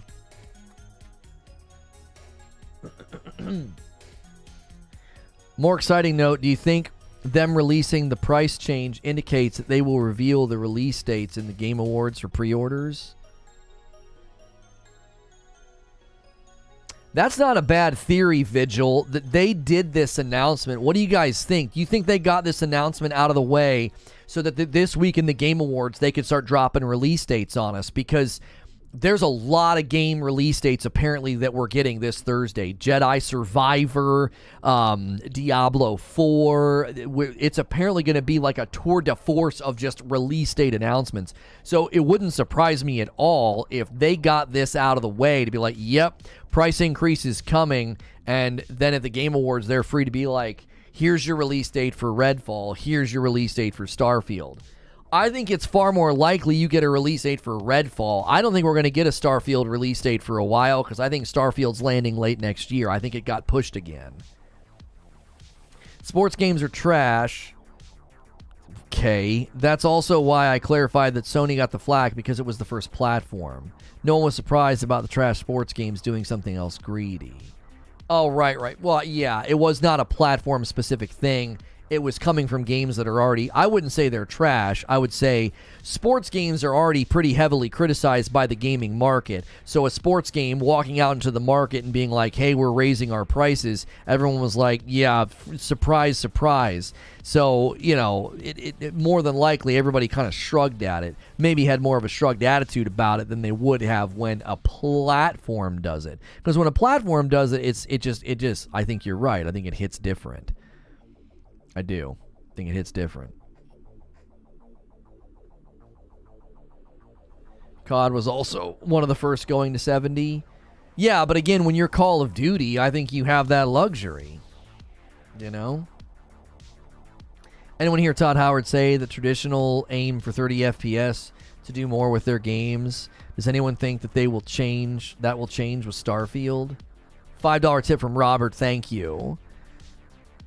Did anyone hear Todd Howard say they traditionally aim for 30 FPS to do more with their games? Does anyone think that'll change with Starfield? When did he say that? I will be so disappointed if that game... There we go. If that game hits just 30.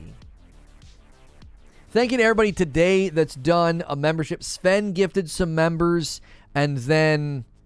who was the other...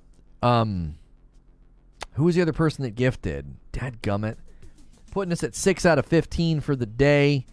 I can't remember who the other person was that gifted. I feel bad about that. I was trying to remember. Shoot. It's just out of my head. I had their name. He said it in the Lex Friedman interview. Yo, Abe, thank you for gifting a member.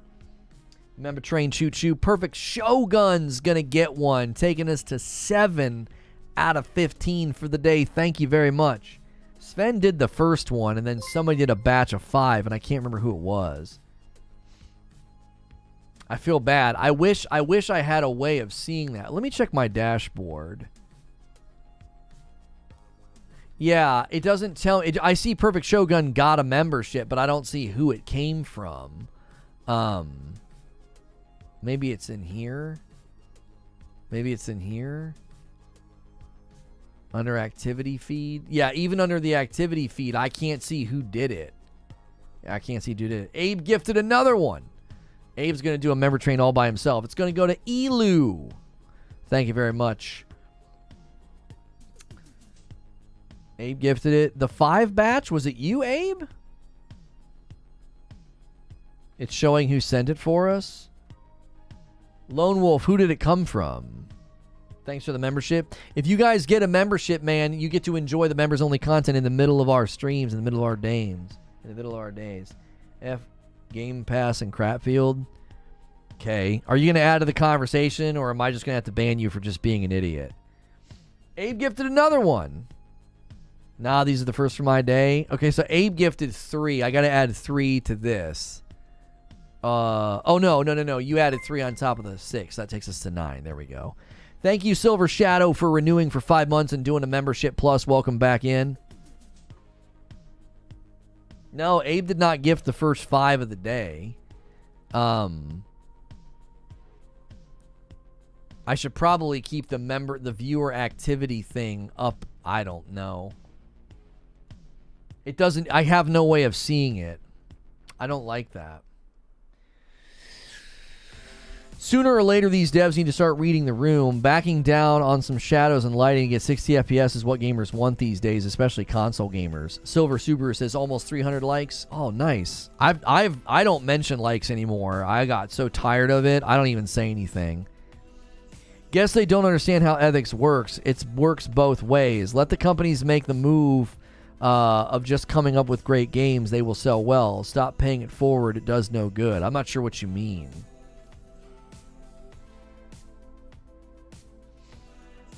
Maybe you preemptively did it for me since I'm here.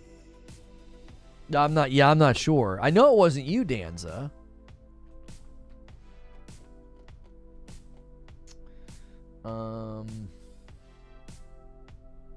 It was a long interview that he just did, says Cool Spoon. Oh, so when he did the Lex Friedman interview, Todd Howard says they usually target 30 FPS to get more out of their games. I think he also said, as long as it looks good. Somewhere in there near the 30 FPS statement. Yeah, there's apparently a Forbidden West DLC coming at Game Awards as well. If I'll tell you this right now, if Starfield releases and doesn't get beyond 30 FPS, I won't play it. I won't. Yo, welcome back, Brian, as a member. Thank you so much. I won't. I will not play Starfield if it's capped at 30. What the frick? No, I'm not playing your frickin' game. I don't have all these great monitors and televisions and really expensive consoles and nice gaming rigs to play frickin' 30 FPS games, bro. Sorry. I like this whole thing of like, oh, 30 FPS was fine on the previous generation. Yeah, and we put up with it for 8 years, or actually more. I'm not doing it. There's no way it doesn't have a 60 FPS mode on the Series X. Hopefully the goalpost moves to 60 FPS with this generation. Play it on PC? Yeah, I suppose I'll have to play it on PC. I would prefer to play it on the Series X. I see 30 console, 60 PC. Golly. Like, on the previous generation, on the PS4 Pro and the Xbox One, we all played 30 FPS games. I'm so freaking done doing that. The amount of heat, and rightfully so, if they don't give a mode to hit 60, it would be detrimental. They can't let that happen. I mean, yeah, look what happened to Plague Tale Requiem. Look what happened to friggin' Gotham Knights. Have a second show today? Yes. The second show today is about Halo Infinite and why I think they're starting over, or probably just should start over.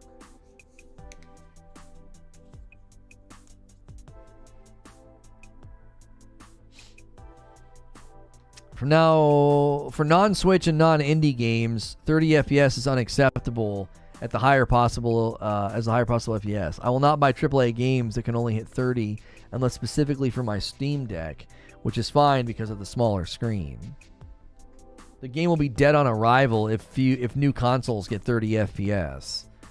I don't know. I mean, look at the way people defend the Series S as being a dynamic 1080 box. Like, I don't know. If that dialogue starts to emerge, right? Cool, I got my official co-streaming stuff from Keeley. You're an official co-streamer of the Game Awards. By the way, guys, I'm not going to be out of town like we had originally planned. I will be here. We will be covering the Game Awards, and we got our official co-streaming packet.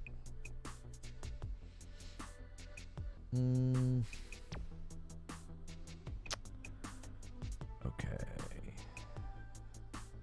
Katie and who are these people? Okay.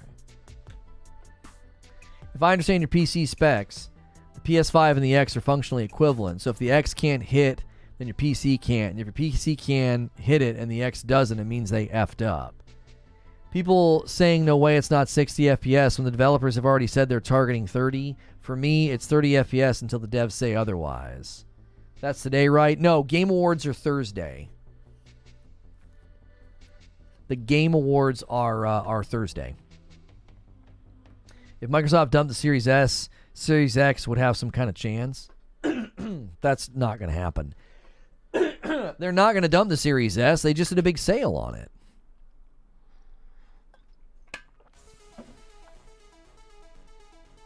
I don't think it's a matter of if it can't hit, if they don't target it. I have a Series S in the living room for a family media box, and the kids play, and it's actually legit. It was obviously made for a specific market. If you don't want 30, you're just going to dish out $2,000 for a good PC. I have a 12700 and a 3090. It will play 60. I mean, I'll be dead honest with you. If games come out in 2022 and 2023 and they require me to upgrade my whole rig and a 2080 Ti can't optimize down and do like 1440 60, then I don't know what the frick you did with your game, especially if it's multi-platform. Todd didn't specifically call out Starfield as targeting 30 FPS. He was just stating in general that is what Bethesda does.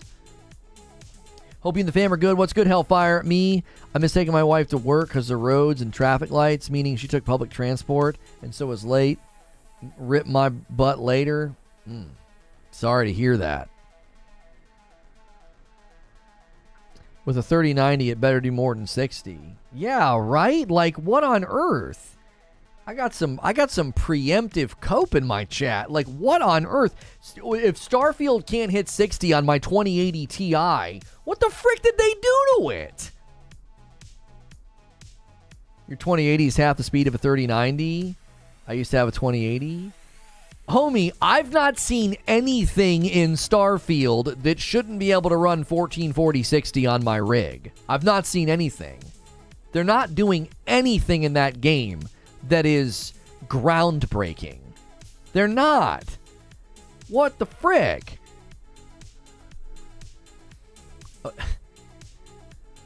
Do you think we'll see another Series S mid-level console next generation?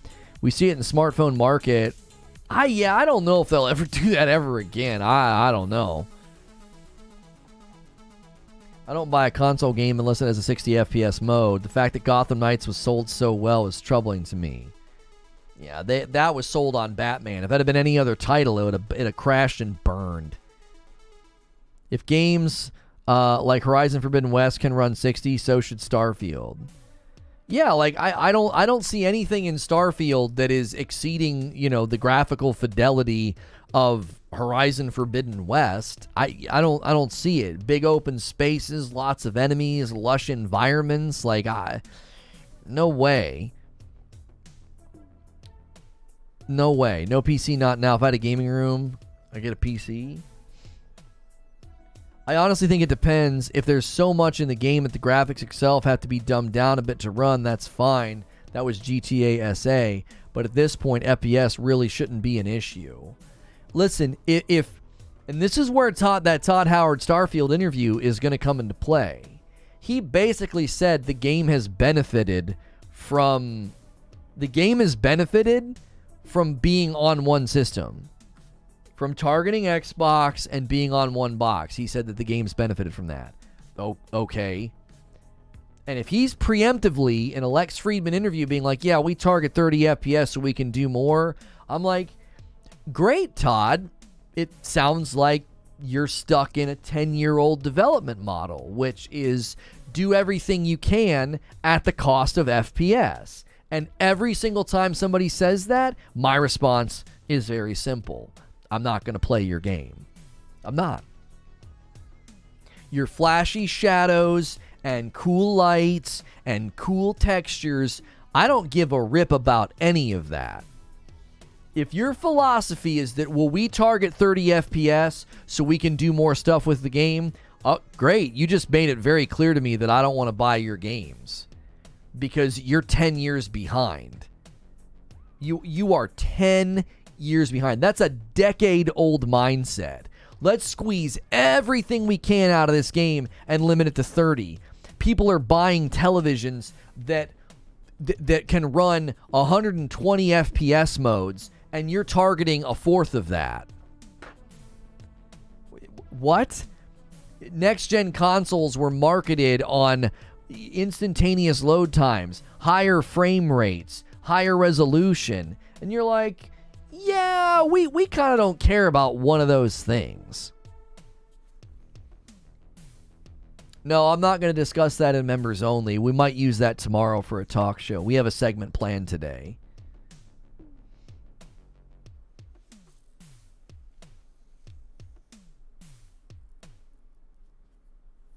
Yeah, Starfield will be on Game Pass day and date, yeah. They just need to have trials for games.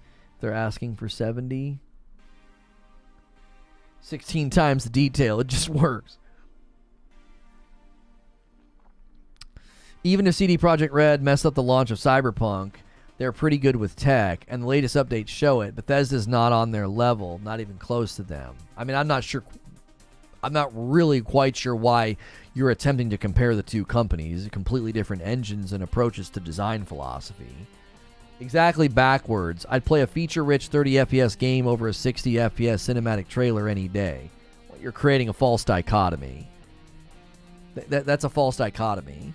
You can have a feature-rich game that hits 60 FPS. It's called optimization, and plenty of games do it. And if companies don't do that, then I don't want to play their game. You've made it quite clear to me that you didn't value something that I value. Gotham Knights is a perfect example. It's feature-rich, and it runs like frickin' molasses because they baked ray tracing like into it. You can't even turn it off.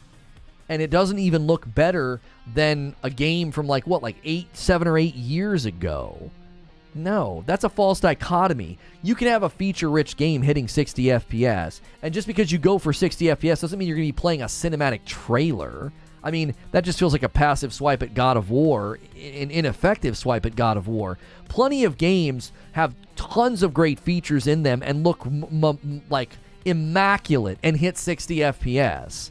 Horizon Forbidden West would be an example of this. Returnal would be an example of this. Ratchet and Clank would be an example of this. These are gorgeous games that hit 60 FPS. They're not lacking in features like, yep, we targeted 60, so it looks like a bunch of polygons running around.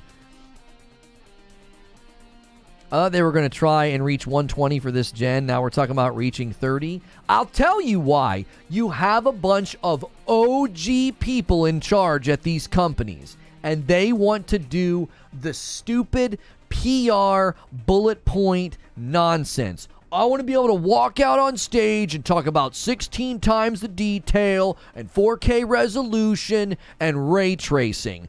And that mentality is why you end up with games that run like Plague Tale Requiem and Gotham Knights, because you got people running on decade-old strategies.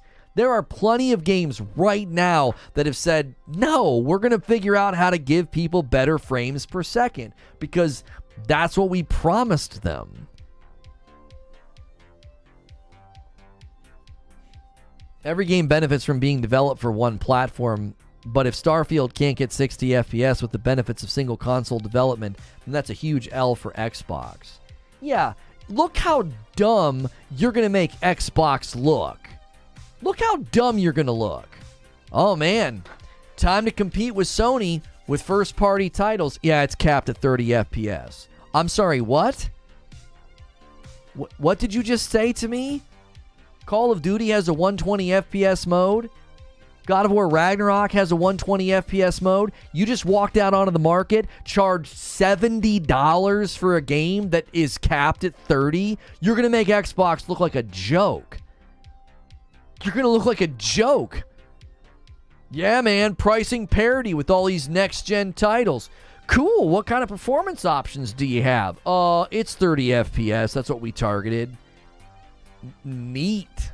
I experienced that 10 years ago when I played Fallout.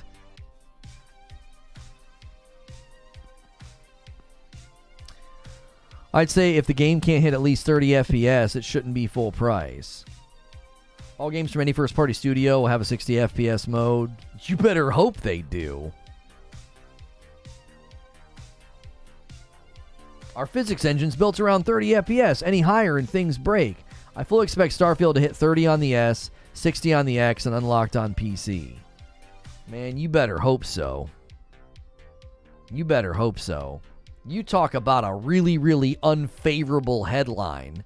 Hey, man, Starfield release date's finally here. Not only did we raise the price to $70 to have pricing parity with the market of next-gen games like God of War Ragnarok, but our game runs at 30 FPS. Starfield won't even have ray tracing, so there's absolutely no excuse. Yeah, I don't think they've talked about ray tracing. I don't think they're putting ray tracing in the game. Have they specifically said no to ray tracing? Or they just, they haven't mentioned it. So that, in my mind, means you're not doing it. Like, if you were doing it, I feel like you'd have mentioned it. You'd have been like, yeah, we're doing ray tracing.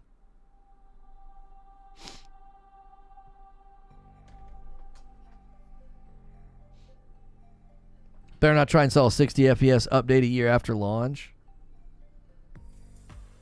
Series X is a joke. I have one too. Crap be making a loud buzz noise. I mean, something's wrong with yours, bro. I have a Series X and it runs fine. I like my Series X. It's great. I think it runs games really, really well. I've played some games on it and they look phenomenal. I have no issues with my Series X at all.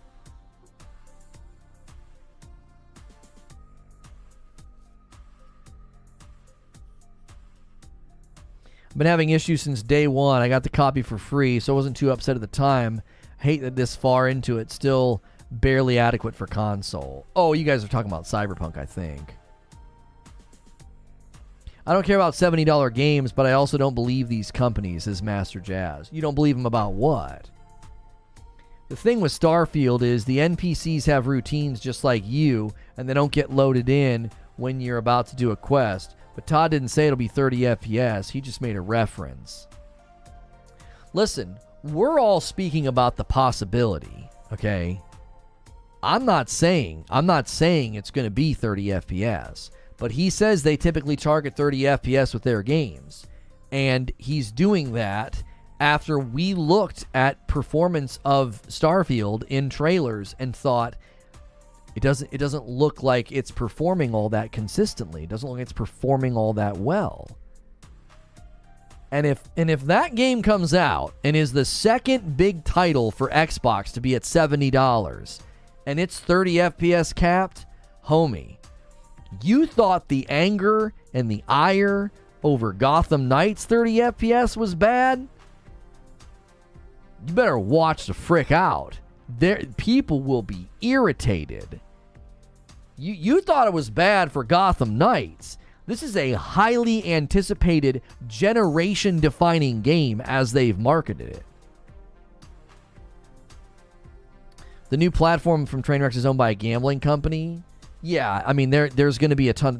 You're going to need deep pockets. If the only way that platform survives, Dr. Red, is if that gambling company is incredibly profitable and they can sink a bunch of money into it, because they're going to need a lot of people. I spent 5 minutes on that platform, and it ran like dog water, and the most watched stream was a deep fake of Pokimane, and I was like, you're going to get in big trouble. You're going to get in some big trouble, because people are going to start frickin' doing sporting events and TV shows and movies, and then you're looking at copyright law. I mean, you better buckle the frick up. The live streaming Wild Wild West is not something you want to just step into haphazardly. You have a lot of money? Great. What's your infrastructure? What's the size of your admin team? What's the size of your security team? What sort of protocols do you have in place to protect the platform from getting hacked, taken down, or DOSed? What sort of infrastructure have you put in place? Do you have any answers to those questions? No, we just have a lot of money. We're gonna give the streamers a better percentage. Cool, bro. Your site's dead in 30 days. That would be my guess. And more power to them. More power to them if they can hurt Purple. Great. I would love to watch Purple sink into the ocean and just slowly drown due to their own incompetence and corruption. But there ain't no way you're going to last unless you have very, very well-built infrastructure. The infrastructure is Purple's? No. Do not misunderstand infrastructure for tech. Having the tech to basically copy Purple's front end and how things run, that's not infrastructure. Infrastructure is an admin team, a security team. It's people handling copyright claims. Who's managing your ingest servers? Who's managing your front end servers? Because your site's running like dog water, right? That's infrastructure. I can steal the code of AWS, but I don't have the infrastructure to be like, oh yeah, I can give you AWS level solutions. Oh, you're being sarcastic. Yeah. What platform are you talking about? Oh, I'm not going to promote the platform, but there's a big streamer from Purple who got into all the gambling stuff, and he's launching his own site to stream on because he wants to get out from underneath the gambling restrictions on Purple, and he's offering like a 95% payout to streamers, and he got some gambling company backing the platform. Man, look out. That the whole thing just seems like a tinderbox.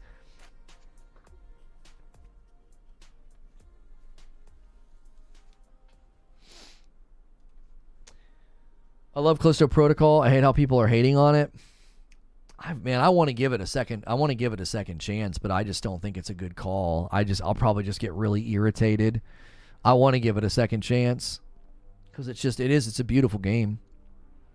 I think Todd said that they were aiming for 4K 30, and when IGN asked about 60 FPS, he didn't comment on it. So they were saying that it's probably unlikely it's going to happen. Yeah, if Todd Howard is refusing to comment about 60 FPS, this is related to the Xbox news about a $70 price increase. This is related. Like, track with me on the optics here. You delayed Starfield after telling us the date was set in ink. Now you're increasing the price, and now we're coming over interviews, and it seems to indicate that there won't even be a 60 FPS mode. That's not going to bode well for your platform or your game. It's not. They literally mentioned that week after leading up to him being cleared that they went, oh, you guys are talking frickin' sports ball. They've released a couple patches now, and apparently it's helped. Well, my issues weren't performance related. I was playing on the PS5 and had no performance problems. No performance problems. What about those fancy Microsoft engineers? Come on, man, give us 60. What if Microsoft charged for 60 FPS like a streaming service? I can't see that being a thing ever.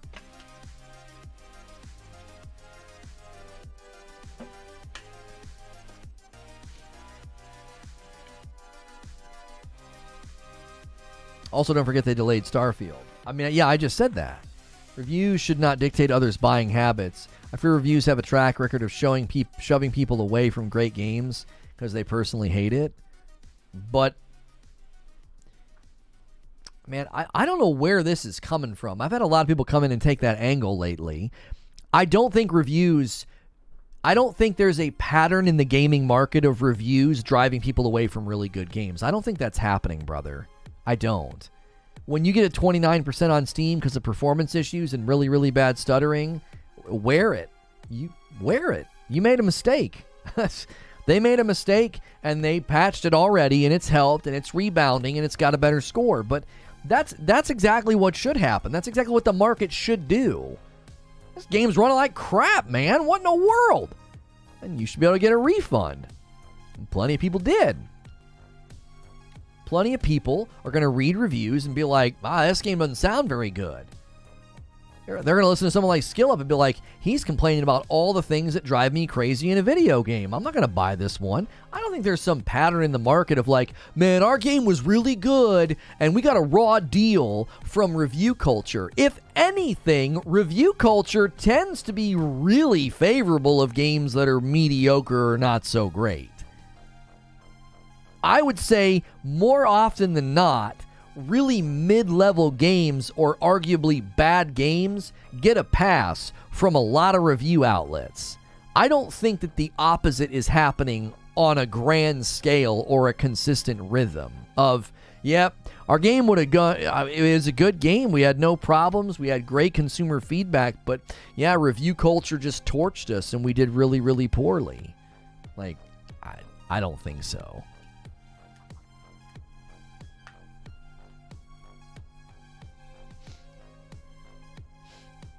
Wasn't the Days Gone dev complaining about reviews, or am I remembering something else?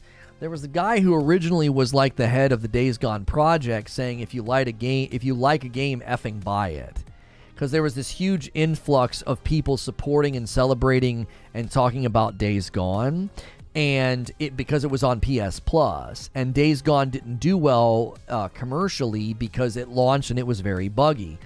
And the guy said, if you like a game, effing buy it. Basically what he was saying is, basically what he was saying is, yeah, it's great that this game's doing amazing and everybody loves it now, but you got to buy it. Like no one's buying it. I think was his point.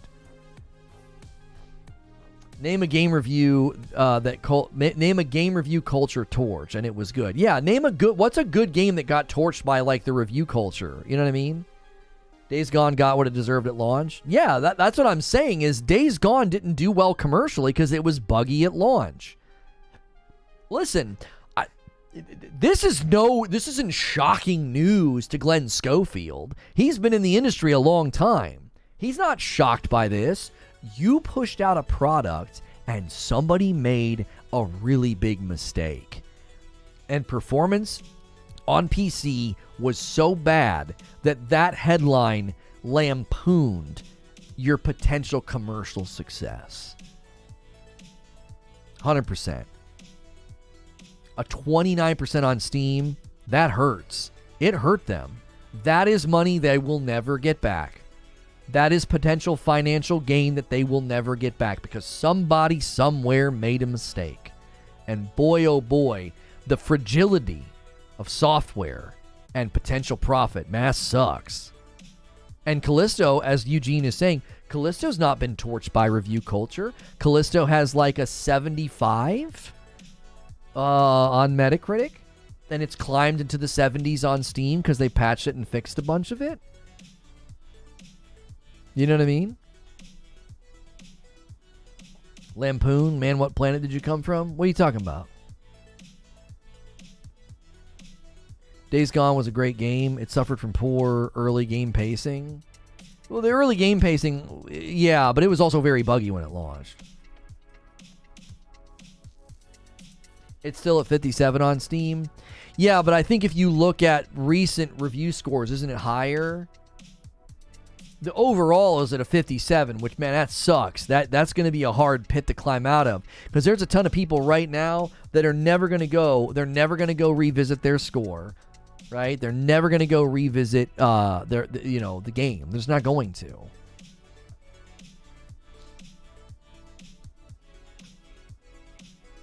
Yeah, 57%. It's climbed, and I think if you go review type. How did you get that 75% the other day? I just noticed you're wearing my shirt. Oh, you like this one? If you guys ever like my shirt, use the shirt command. This one's from Into the AM, and it supports me.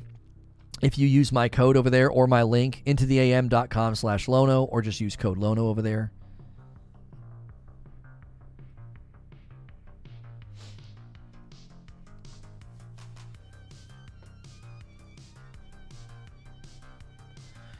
Sorry, but if you are here in chat to hate on Starfield or Microsoft for no good reasons, just shut the blank up. We don't do console wars here. Yeah, I mean, my main concern is that I have been looking forward to Starfield for a very long time. And it looks like it's going to have a very, very rough time getting out of the starting gate with respect to PR and receptibility. I'm telling you right now, my prediction with Starfield is the $70 price point is going to set expectations and consumer mindsets about it that's going to be irreparably damaged if it doesn't have a 60 FPS mode. I don't think you can fix that. You can't be like, oh, well, we did stuff with the lighting. No, shut up. You delayed your game, you raised the price to 70, and it doesn't even have performance parity with the next-gen market. Be quiet. Sit down and be quiet. The culture, the gaming culture, the community at large is not going to be like, but it's pretty. No. I am very concerned for Starfield. Like, that's my conclusion from today's discussion.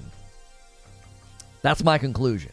Is, oh my gosh, Starfield now has an even harder hill to climb. An even harder hill to climb.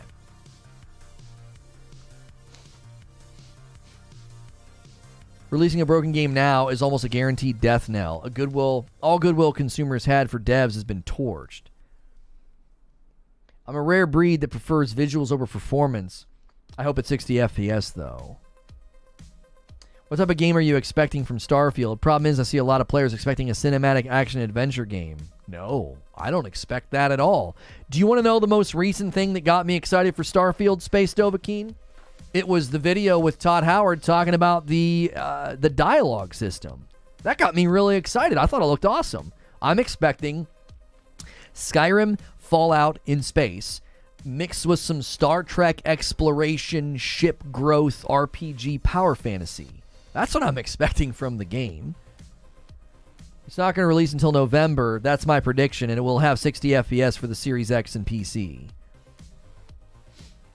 Yeah, I actually think it's late next year, Detective Seeds. I agree with you. And, buddy, do I hope they can deliver a 60 FPS mode. I do. I really hope they can. Tomorrow, we will be checking out the Elden Ring thing, yes. We'll probably cover it, maybe even play it. Probably makes sense, too. We did a lot of Elden Ring content.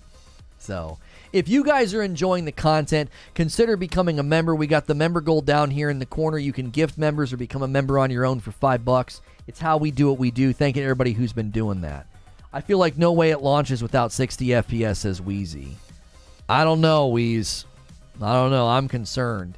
If he dodged the question about 60 FPS, right? If he dodged it and then said in an interview with Lex Friedman that they target 30, I'm freaking concerned, bro. I'm concerned. Yeah, I saw that as well. Guys, as a reminder, I will not be out of town this week. I'm actually not traveling now. We had to cancel our trip. We'll probably have to travel in January now. It's going to cost us a bunch of more money, which is a giant bummer. But the good news for you is I now get to cover the Game Awards with you, and the Game Awards are seemingly going to be jam-packed full of stuff. So very, very exciting. Too much 30 FPS backlash. They can't be dumb enough to push it out with 30. I don't know, man. After Plague Tale Requiem and Gotham Knights, man, you are bold. You are bold if you launch your game with 30 FPS as the cap. You're freaking bold. Because, buddy, people are going to be like, what in the frick are you doing? What? I think he said they target 30 FPS in the past. Yo, my man Dodeva's pushing us to 10 new members for the day. Thank you for doing that, Dodevas. Appreciate it so much. Ferk Malurf gets a member. Let's get a little train going, baby. We got to get back up there. We got to get back up there, man. We've been pretty candid about that. About our goals.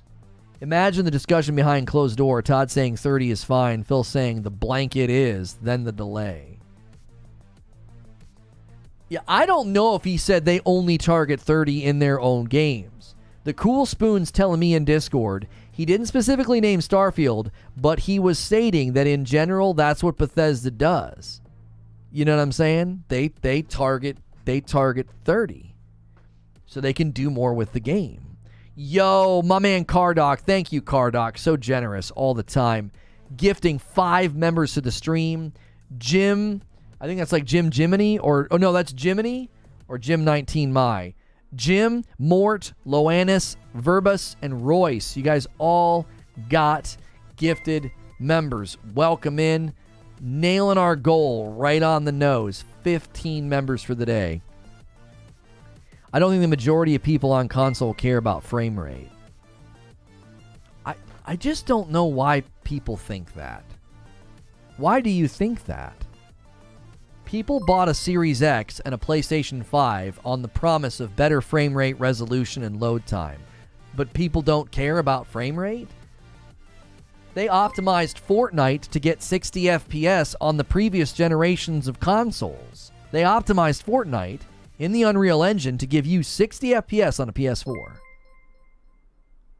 I 100% think people care. Look at the backlash of Gotham Knights. Look at the backlash it got on the 30 FPS thing. Like, I don't agree with that at all. All these performance modes and all these things they put into games, that's 100% something that people care about. A renewed... Wait, what? Enjoy your commentary, my man. Glad I can tune in most days. I've never seen a member renewal for 1 month. What in the frick? Member for 1 month, and he has a blue badge. That has to be an error. You can't have a blue badge at 1 month. That must be your second month. That's got to be a glitch. Garrett Green with 4 months of membership. Just saw him a member again thanks to whoever gifted me. Welcome back. Welcome back in.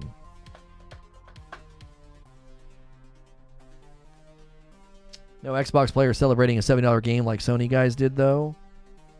I don't think anybody celebrated. I think we just said it was fine. I didn't throw confetti in the air. I was like, finally, yay, $70 games. I was like, yeah, that's called inflation.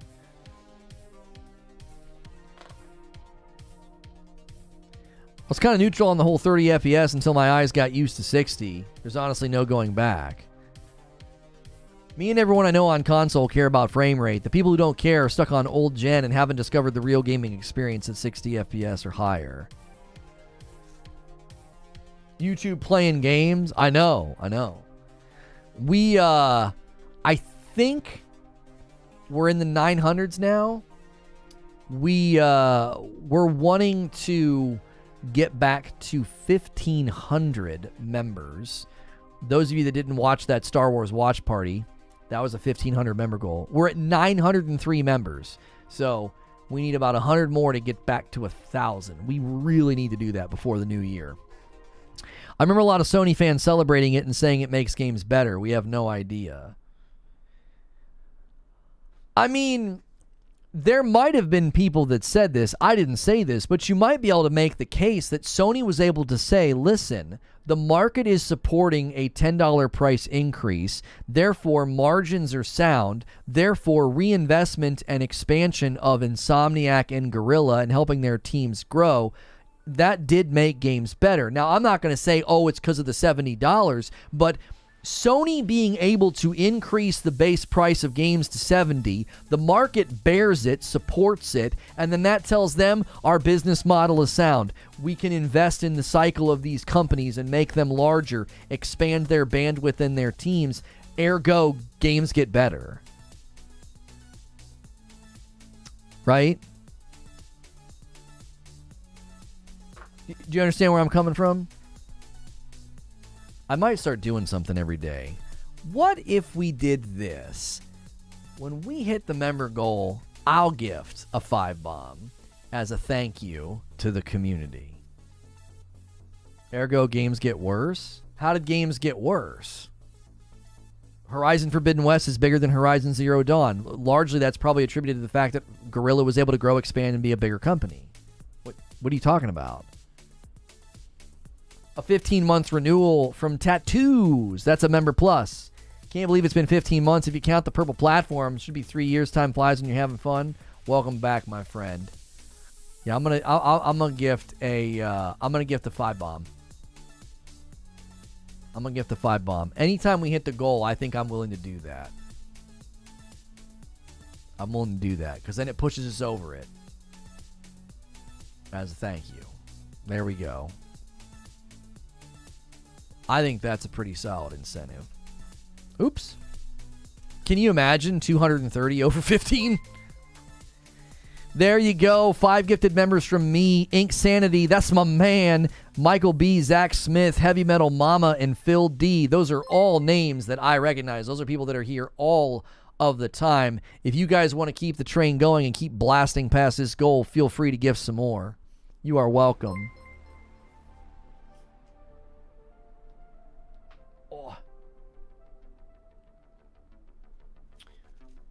Oh, there's a DLC for Vampire Survivors. There you go. Everybody's been talking about that game. Let me make sure I have the browser muted. I do. Yeah, there's no way I'm playing that game. So you drop another 5 if we double the goal? Well, like every 15?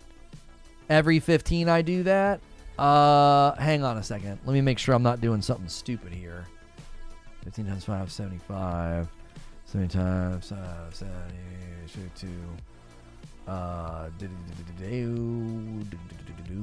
25 times 0.3. 15 minus $7.50. Yeah, that's probably a pretty sound strategy. How about every 25?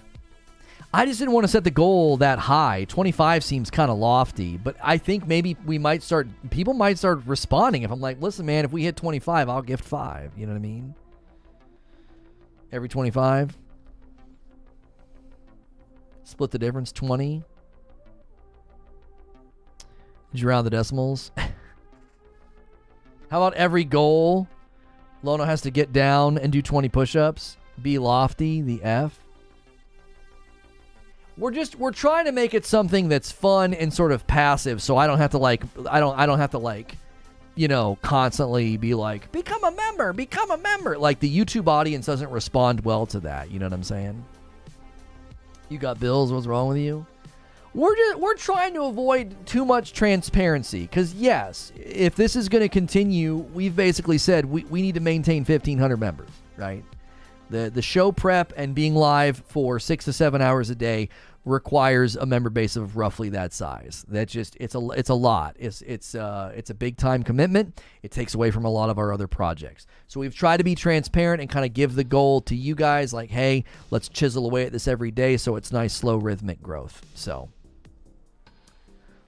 25, stop underselling yourself, or so help me God. I'm not trying to undersell myself. It's a delicate balance. Like, as soon as we start talking about it, it drives a lot of YouTube people away. They're like, I don't want to hear about members. Like, you know what I'm saying? It's just delicate. We're trying to do it in a way where it doesn't hijack the show. Like, I feel like we've had a great show today, and I've only had to mention it a handful of times, mostly in response to people just being dope. Lono selling himself short. Get it? Yeah, I'm short. Ha ha ha. Short joke. It's universally agreed upon that the new Halos are miles worse than the old Halos. Oh, you were saying that so Brandon, were you saying that the cycle of game quality improvement on Microsoft hasn't been very good? Is that what you were saying? That's fine, but that doesn't mean that they were cash grabs. They're just bad sequels. Again, my point is they focus too much on profits, which compromise the gameplay. I mean, I actually think he could make a decent argument, TJ. I think he could make a decent argument that Halo Infinite suffered because of they focused too much on function. They wanted to give people a reason to log in every day. They completely bamboozled their own game. Congratulations, you just played yourself, right? Hey, somebody ordered some coffee about 10 minutes ago. A bag of Frickmas to Dylan. Thank you so much, Dylan.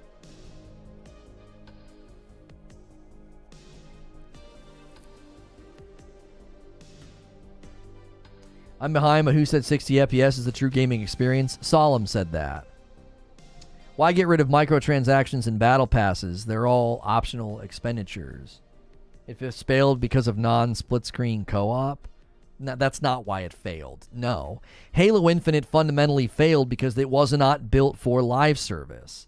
It's entering a landscape of live service shooters, and it didn't have the bare minimum expectations of a live service game. A reasonably paced battle pass, a good microtransaction storefront, a rewarding experience game to game. They failed to check like the most basic boxes of a live service shooter, and a lot of it felt like it was related to that. Yo, a 10 gifted members from my man Kyle. That is so generous. Virus Phantom, TSMI, Jesse, Rip Runs on Plants, Zen, Ian O'Brien, Xavier Walker, Johnny Two Shoes, Bone Slide Clean, and Benevolent Icon. Let's bump that up to 30. You just doubled it. You just doubled that thing. I mean, I'll take that action. I'll take that action, what you guys suggested. That's 10. Every 25, I'll gift 5. So we need 15 more. I'll do that. I have no problem doing that. If that's the way we gotta, you know, get the train tracks greased, I have no problem doing that. COD's been buggy, but compare that multiplayer offering versus Halo. It's not even close, and I'm purposely ignoring Warzone and DMZ. Yeah, just MW2 alone. Yeah. Right. 5 more and Lono drops. No. I'm doing what Wheezy said. Every 25, I'll do 5. Every 25, I'll do 5. So that's 10. That's 10 of the 25 we needed. I like that. I think that sounds good. You know, every 25, I'll spend 25 because that's what it costs to give you, 5 people some love. 50 push-ups at 50. I'm not doing that. Moving the goalpost mid-game. I said I would do it as a thank you. I didn't trot that out as a goal this morning. I just said it a moment ago. I was like, oh, I'll give some as a thank you to you guys. And then I said maybe we should do that every day. And then y'all debated on how many we should ask for. I always said microtransactions and battle passes don't belong on fully priced games like COD and Halo. Halo's multiplayer is free. The $70 price point cements my stance on this. What? Like, what are you talking about? Halo's multiplayer is free, and Modern Warfare 2 costs money, but you got an entire campaign, and you also got Spec Ops, and you also got, you're going to be getting raids, and Warzone 2 is completely free, so is DMZ. So, like, what you're saying doesn't make any sense, Resident Recon. Why would you blame Microsoft if Starfield can't hit 60 FPS? Wouldn't that be a dev issue? I wouldn't blame Microsoft. If Starfield can't hit 60 FPS, I'm going to lay that at Bethesda's feet. I ain't laying that anywhere else. People would love to see you do push-ups. I don't like to do gimmicks of like streamer shaves head, shaves beard, does push-ups. I like to give value. Hey, if you guys hit a member goal, we'll do a watch party with you. Hey, if you do a member goal, I'll do more game nights with you. Hey, if you do this or you do that, I'll give you more value. I'm not getting on the frickin' floor for money.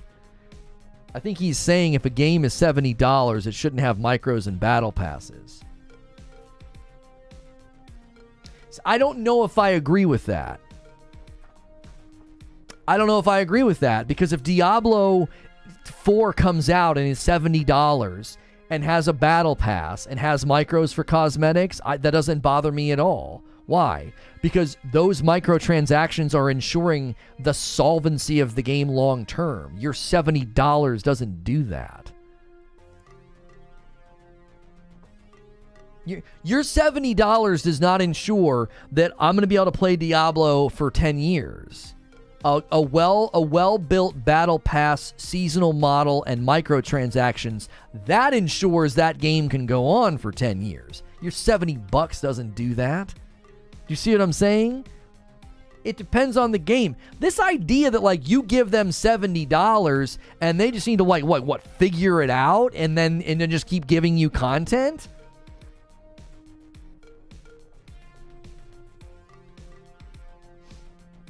What did Eugene say?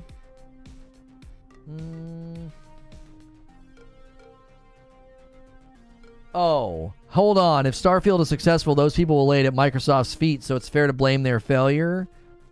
Same people who try to give Microsoft credit for Psychonauts and Deathloop's success. Yeah, but I mean, who cares about those people? Most player games' player bases drop off during the second week of release. I mean, there's always going to be a crescendo and then a settling effect for sure. Charging for DLC? No, DLC model does not work for live service games. It doesn't. You can't do that. You need something that's more rhythmic, and you need something else subsidizing it. There is absolutely no way that Diablo could release at 70, have no microtransactions for cosmetics, have no type of a battle pass, season pass, anything, and just be like, yeah, we're just going to do DLC. You give us 70, play this game for the next 4 months, we'll support it, we'll make sure it's awesome, we'll make sure it has all the bells and whistles and all the servers and everything else, and make sure everything's going well and the live events and etc. Oh, and then just buy a DLC in 4 months. How did Diablo 3 do it? What do you mean, how did Diablo 3 do it? Diablo 3 fixed itself into a live service game as an experiment, largely, to lay the groundwork for the next live service game. What are people spending money on in Diablo 3? What are they doing? It's not a DLC model. There's not been DLC since Reaper of Souls. So what are people spending money on in Diablo 3? To be honest, I put a bit of blame on Microsoft. It's as if Santa Monica says God of War is coming out at 30 FPS, and Sony's like, well, sure, that's fine. I don't think you spend money in Diablo 3. That's the point that I'm making. You don't spend money in Diablo 3. You can't point to Diablo 3 and be like, oh yeah, they're not doing a DLC model. They're basically doing the seasonal model without charging you money. Why? More than likely, R&D. It was basically research. How did it last 10 years? Kage, 2 years into the life cycle of Diablo 3, they did Reaper of Souls Loot 2.0 and started the seasonal format. They then spent the next 8 years perfecting the format, I believe, as a form of R&D, research and development for the next Diablo game. I get your point. That's why live service games need to die and go away. No, they don't. You just need to not play them. What the frick does it matter to you if Diablo launches early next year and lasts for 10 years? What do you care? It's not designed for you, apparently. I'm not trying to be mean, but like, they don't need to go away. You just need to not play them. That'd be like me saying, like, sports games with, microtransactions and cards need to go away. No, I just don't play them. Like, there's plenty of people that play them and support them and support that ecosystem. Well, who the frick cares? I don't care.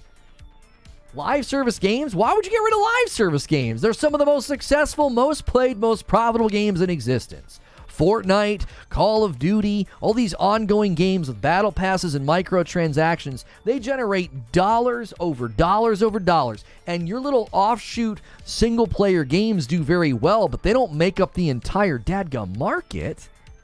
Like, God of War Ragnarok is an oddity in the market at this point.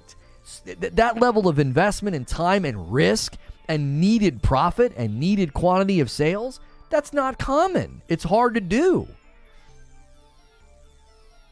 There's tons of live service games that are doing great. Path of Exile. I don't know about Sea of Thieves profitability, but a lot of people like to continue playing Sea of Thieves. It continues going. It's got microtransactions. It's got things you can pay.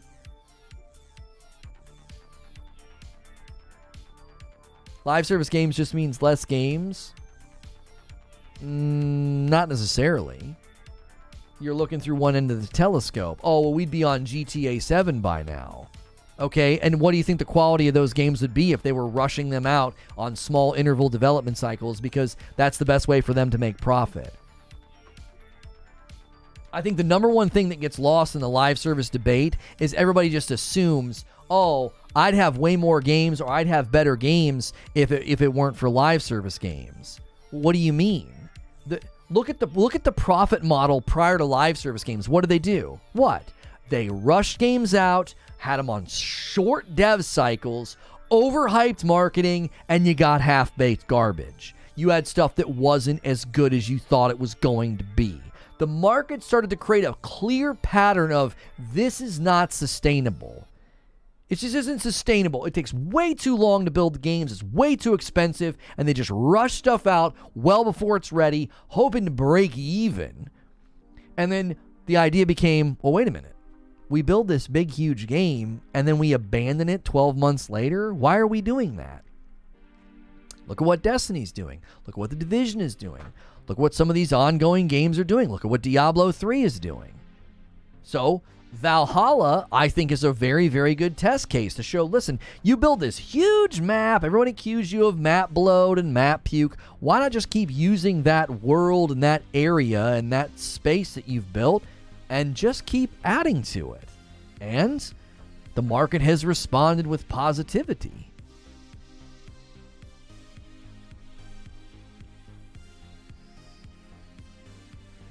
Whether you like it or not, live service games and microtransactions are most profitable for studios. They're what pay the bills and where the income comes from to make the single-player one and done games. Like, gamers need to decide what they want, because you look at these companies and you're like, I'm sick and tired of the unhealthy relationship between developers and publishers. The company should go independent. Okay, well, where's all the money going to come from? Where's it going to come from? Is it going to come from you? Are you going to support it with microtransactions and ongoing live service, setup?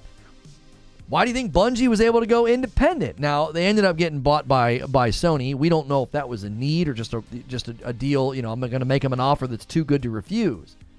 We don't necessarily know why Bungie accepted that, but they were able to go independent because they built a model that was monetizable ongoing, so that they didn't need some deep pocket publisher backing them any longer.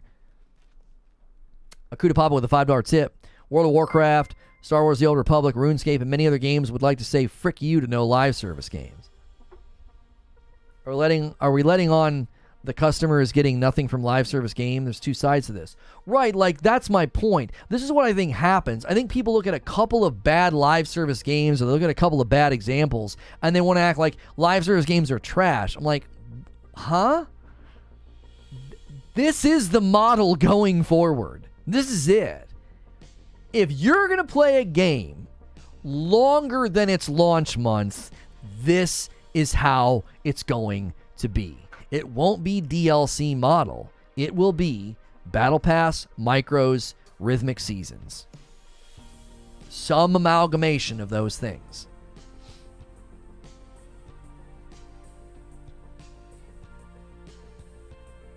Yesterday, someone was saying that self-published studios are the best because they don't have investors, and they use Activision Blizzard as an example of a bad publisher hurting a dev. Zero awareness that Blizzard is Activision and self-published. I've never downloaded one free-to-play game out of morals. What morals? There's no morality attached to free-to-play games. Your invocation of morality is defunct. There's no morality involved in free-to-play games. Like, morality as defined is the existence in the philosophical system of the belief of like right and wrong. And there is no such system that applies to downloading a free-to-play game. I thought GTA 5 Online was great, and then they introduced flying bikes, and the game's now dead to me. So now I have to wait until everyone gets bored until I can play GTA 6. That's why live service is bad. Oh, because you didn't get what you wanted, live service is bad. Talk about a bias-laden view of the market. What? So live service is bad because a game did something that you don't like. That doesn't...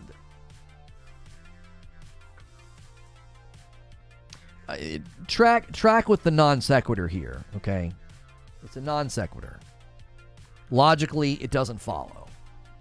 To conclude that live service is bad because a game did something that you don't like. I'll give you an example from my own personal experience. Fortnite added whiplash, neck-breaking skill-based matchmaking to the point that I couldn't play with community members and couldn't even enjoy playing games with my nephews, so I stopped playing. Now, I couldn't turn around and say, they did something that I don't like, therefore live service is bad. They're not logically connected. Flying bikes and stuff within GTA 5 that they are doing that you don't like doesn't make live service bad. You're connecting two things. There's no logical straight line between those two things. You can be playing The Division, Destiny, Diablo 3, and they can make decisions that you don't like. They can nerf your favorite build. They can add an activity that you think sucks. See, live service is bad. Well, no, they did something that you don't like. It's like watching a bad movie and blaming it on the DVD. Right, well, this movie was bad. I didn't like this movie, therefore movies are bad. Therefore DVDs are bad. I thought season 2 of that show was weak. Therefore, I think TV shows and series are bad. Well, there is. They won't make a direct competitor to GTA 5 until GTA 5 no longer makes money. Okay. That doesn't prove the premise. Your premise is that live service is bad. You're attempting to support the premise by saying, well, they won't stop supporting this game until it's not making money. Okay. That's not supporting your premise. The premise is, well, live service is bad. Why? Support the premise with argumentation. Oh, well, the game's being successful and making lots of money, and therefore they won't move on to the next game. Oh, okay. That's not proving the premise. They're making GTA 6 right now. Right, that's true. Like, they're making GTA 6. They're just not making it on the timeline that you think they should. Again, that doesn't support the premise that live service is bad. Do you see what I'm doing? I'm trying to walk you through how to structure that argument is not the way that you're doing it. There are likely ways to structure an argument against live service. I don't think you're doing that. I think you're saying this game did stuff I don't like. I want them to EOL it and start a new one, and therefore live service is bad. I'd agree with you, Lono, if games were remaining $60, but now that they're $70, they'll have more than enough money without Battle Pass and microtransactions. DLC will suffice. False. Not true. That would be like saying, you raise the price on movie tickets, therefore I should only have to pay to see one movie, and I should be able to keep coming back and watching more movies. Wait, what? No. The economic realities of margins and maintaining a studio and maintaining a live service game, that's not fixed by a $10 price increase that has more to do with inflation than what you're talking about. Oh, guys, this whole time we could have supported live service by just raising the price of the game, and we wouldn't have had to do any of this monetization. What have we been doing here? No, that the price raised from 60 to 70 is right in line with inflation. It's right in line with what the rest of the market is doing globally. It doesn't suddenly mean, oh, all our problems are solved. We can support this game for 10 years now. No need for any ongoing monetization structure. We got an extra $10 from everybody 3 years ago.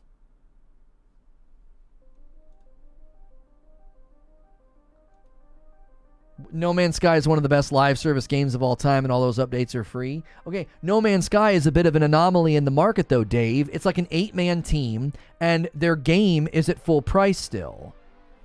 So you're buying the game at full price, and the updates are the reason to get people to come back in. Their operating costs are also incredibly small compared to the operating costs of most live service games. I don't know what their player base numbers look like, but maintaining their server infrastructure, there's 8,000 people playing right now on Steam. Get the frick out of here. They're not really having to support this massive, infrastructure of live service. They're a pretty small live service game, and they have a small operating cost. So I don't think they're a good example. They're a good example and deserve praise, Dave, but they're not a good example in this discussion. If you're going to look at a game like Diablo 4 and be like, I don't understand, No Man's Sky just gives free updates, and they never charge anything for the updates. Yeah, there's 8 people working on the game. Blizzard probably has 8 people working on one piece of the UI. Do you see what I'm saying?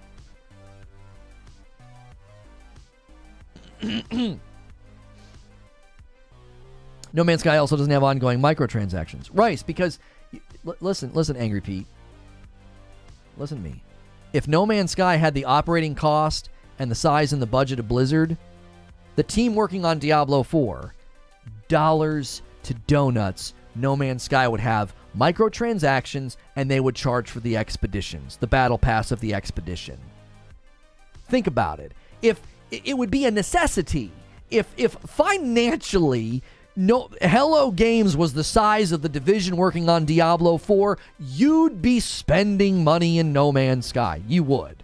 Because it'd be like, how else do we keep the lights on? So there's a tipping point, right? There's a tipping point. This game is huge. This game is enormous. And we want people to play it for 10 years. Okay. Well, we need more than the initial purchase. We need ongoing revenue streams.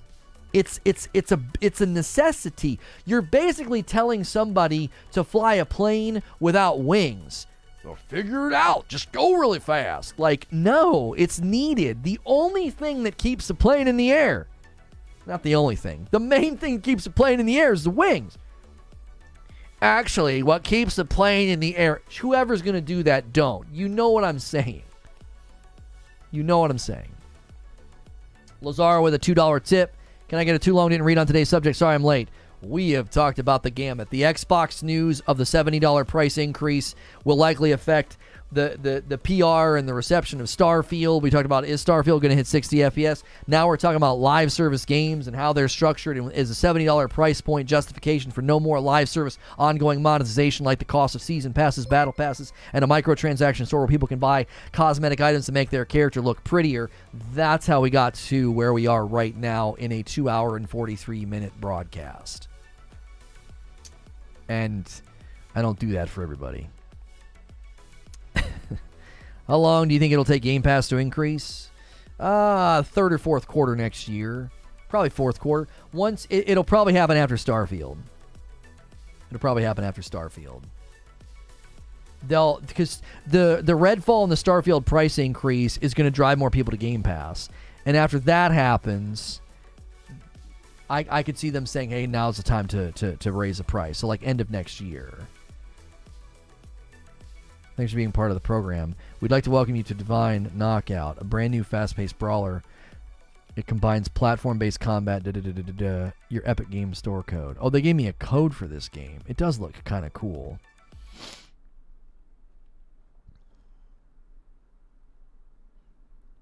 For the short workshop, the power source registration is still open to secure your spot.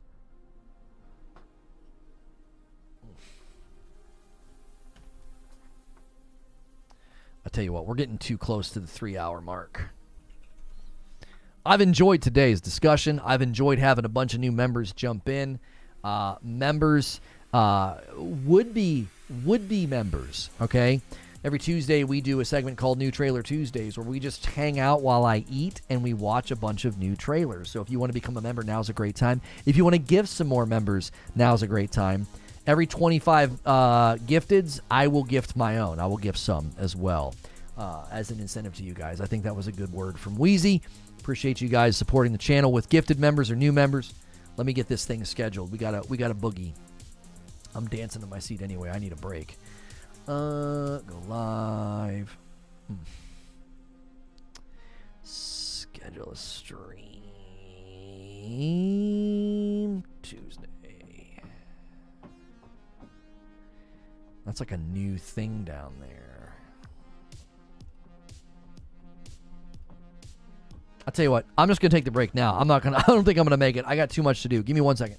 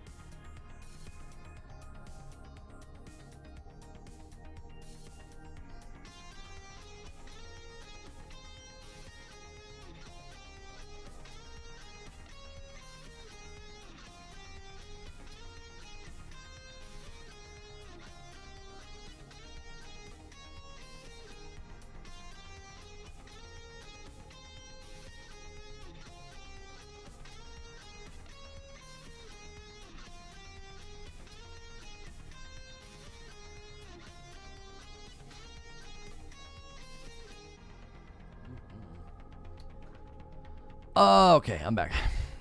Okay, visibility.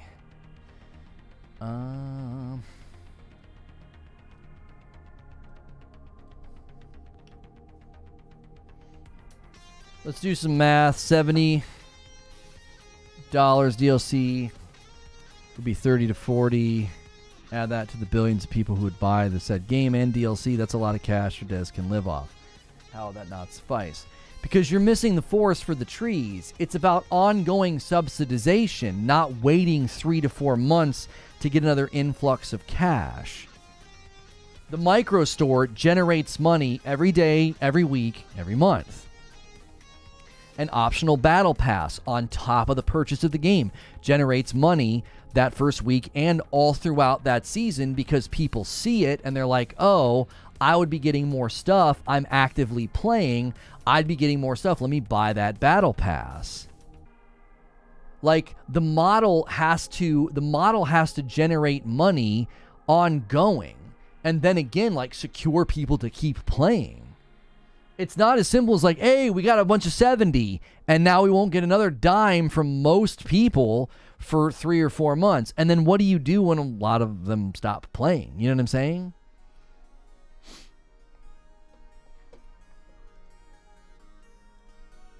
Like you don't get guaranteed money from all of them.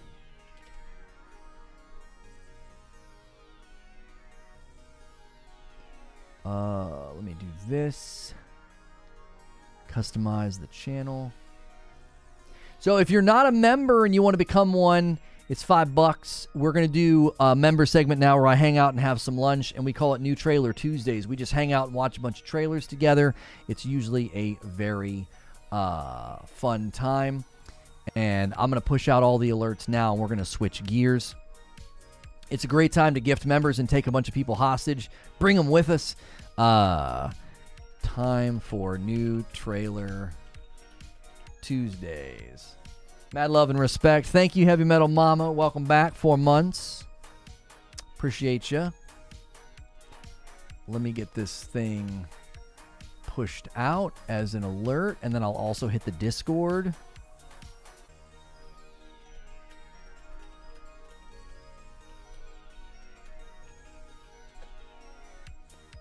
Post that. Okay. And our second show today will be about Halo Infinite. If you guys prefer to not get redirected, click the link in chat instead of writing the redirect.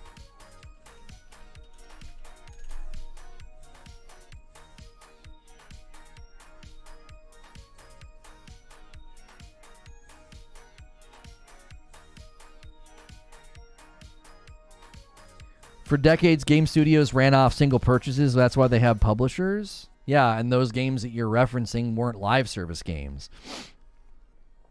Live service games is a new idea, and the idea requires some type of ongoing subsidization of the support and the ongoing trickle of content.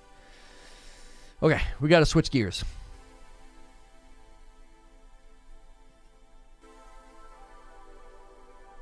Hey, if you clicked on this, and if you missed the live stream, every Tuesday is going to be New Trailer Tuesday. It's just a great opportunity in the middle of the day for me to take a break, eat my lunch, hang out with you guys. We kind of call it Lunch with Lono, and we check out a bunch of trailers. This is a great perk to you as a member. Maybe you got gifted a membership today. We had a really, really great stream. A lot of people gifted some members.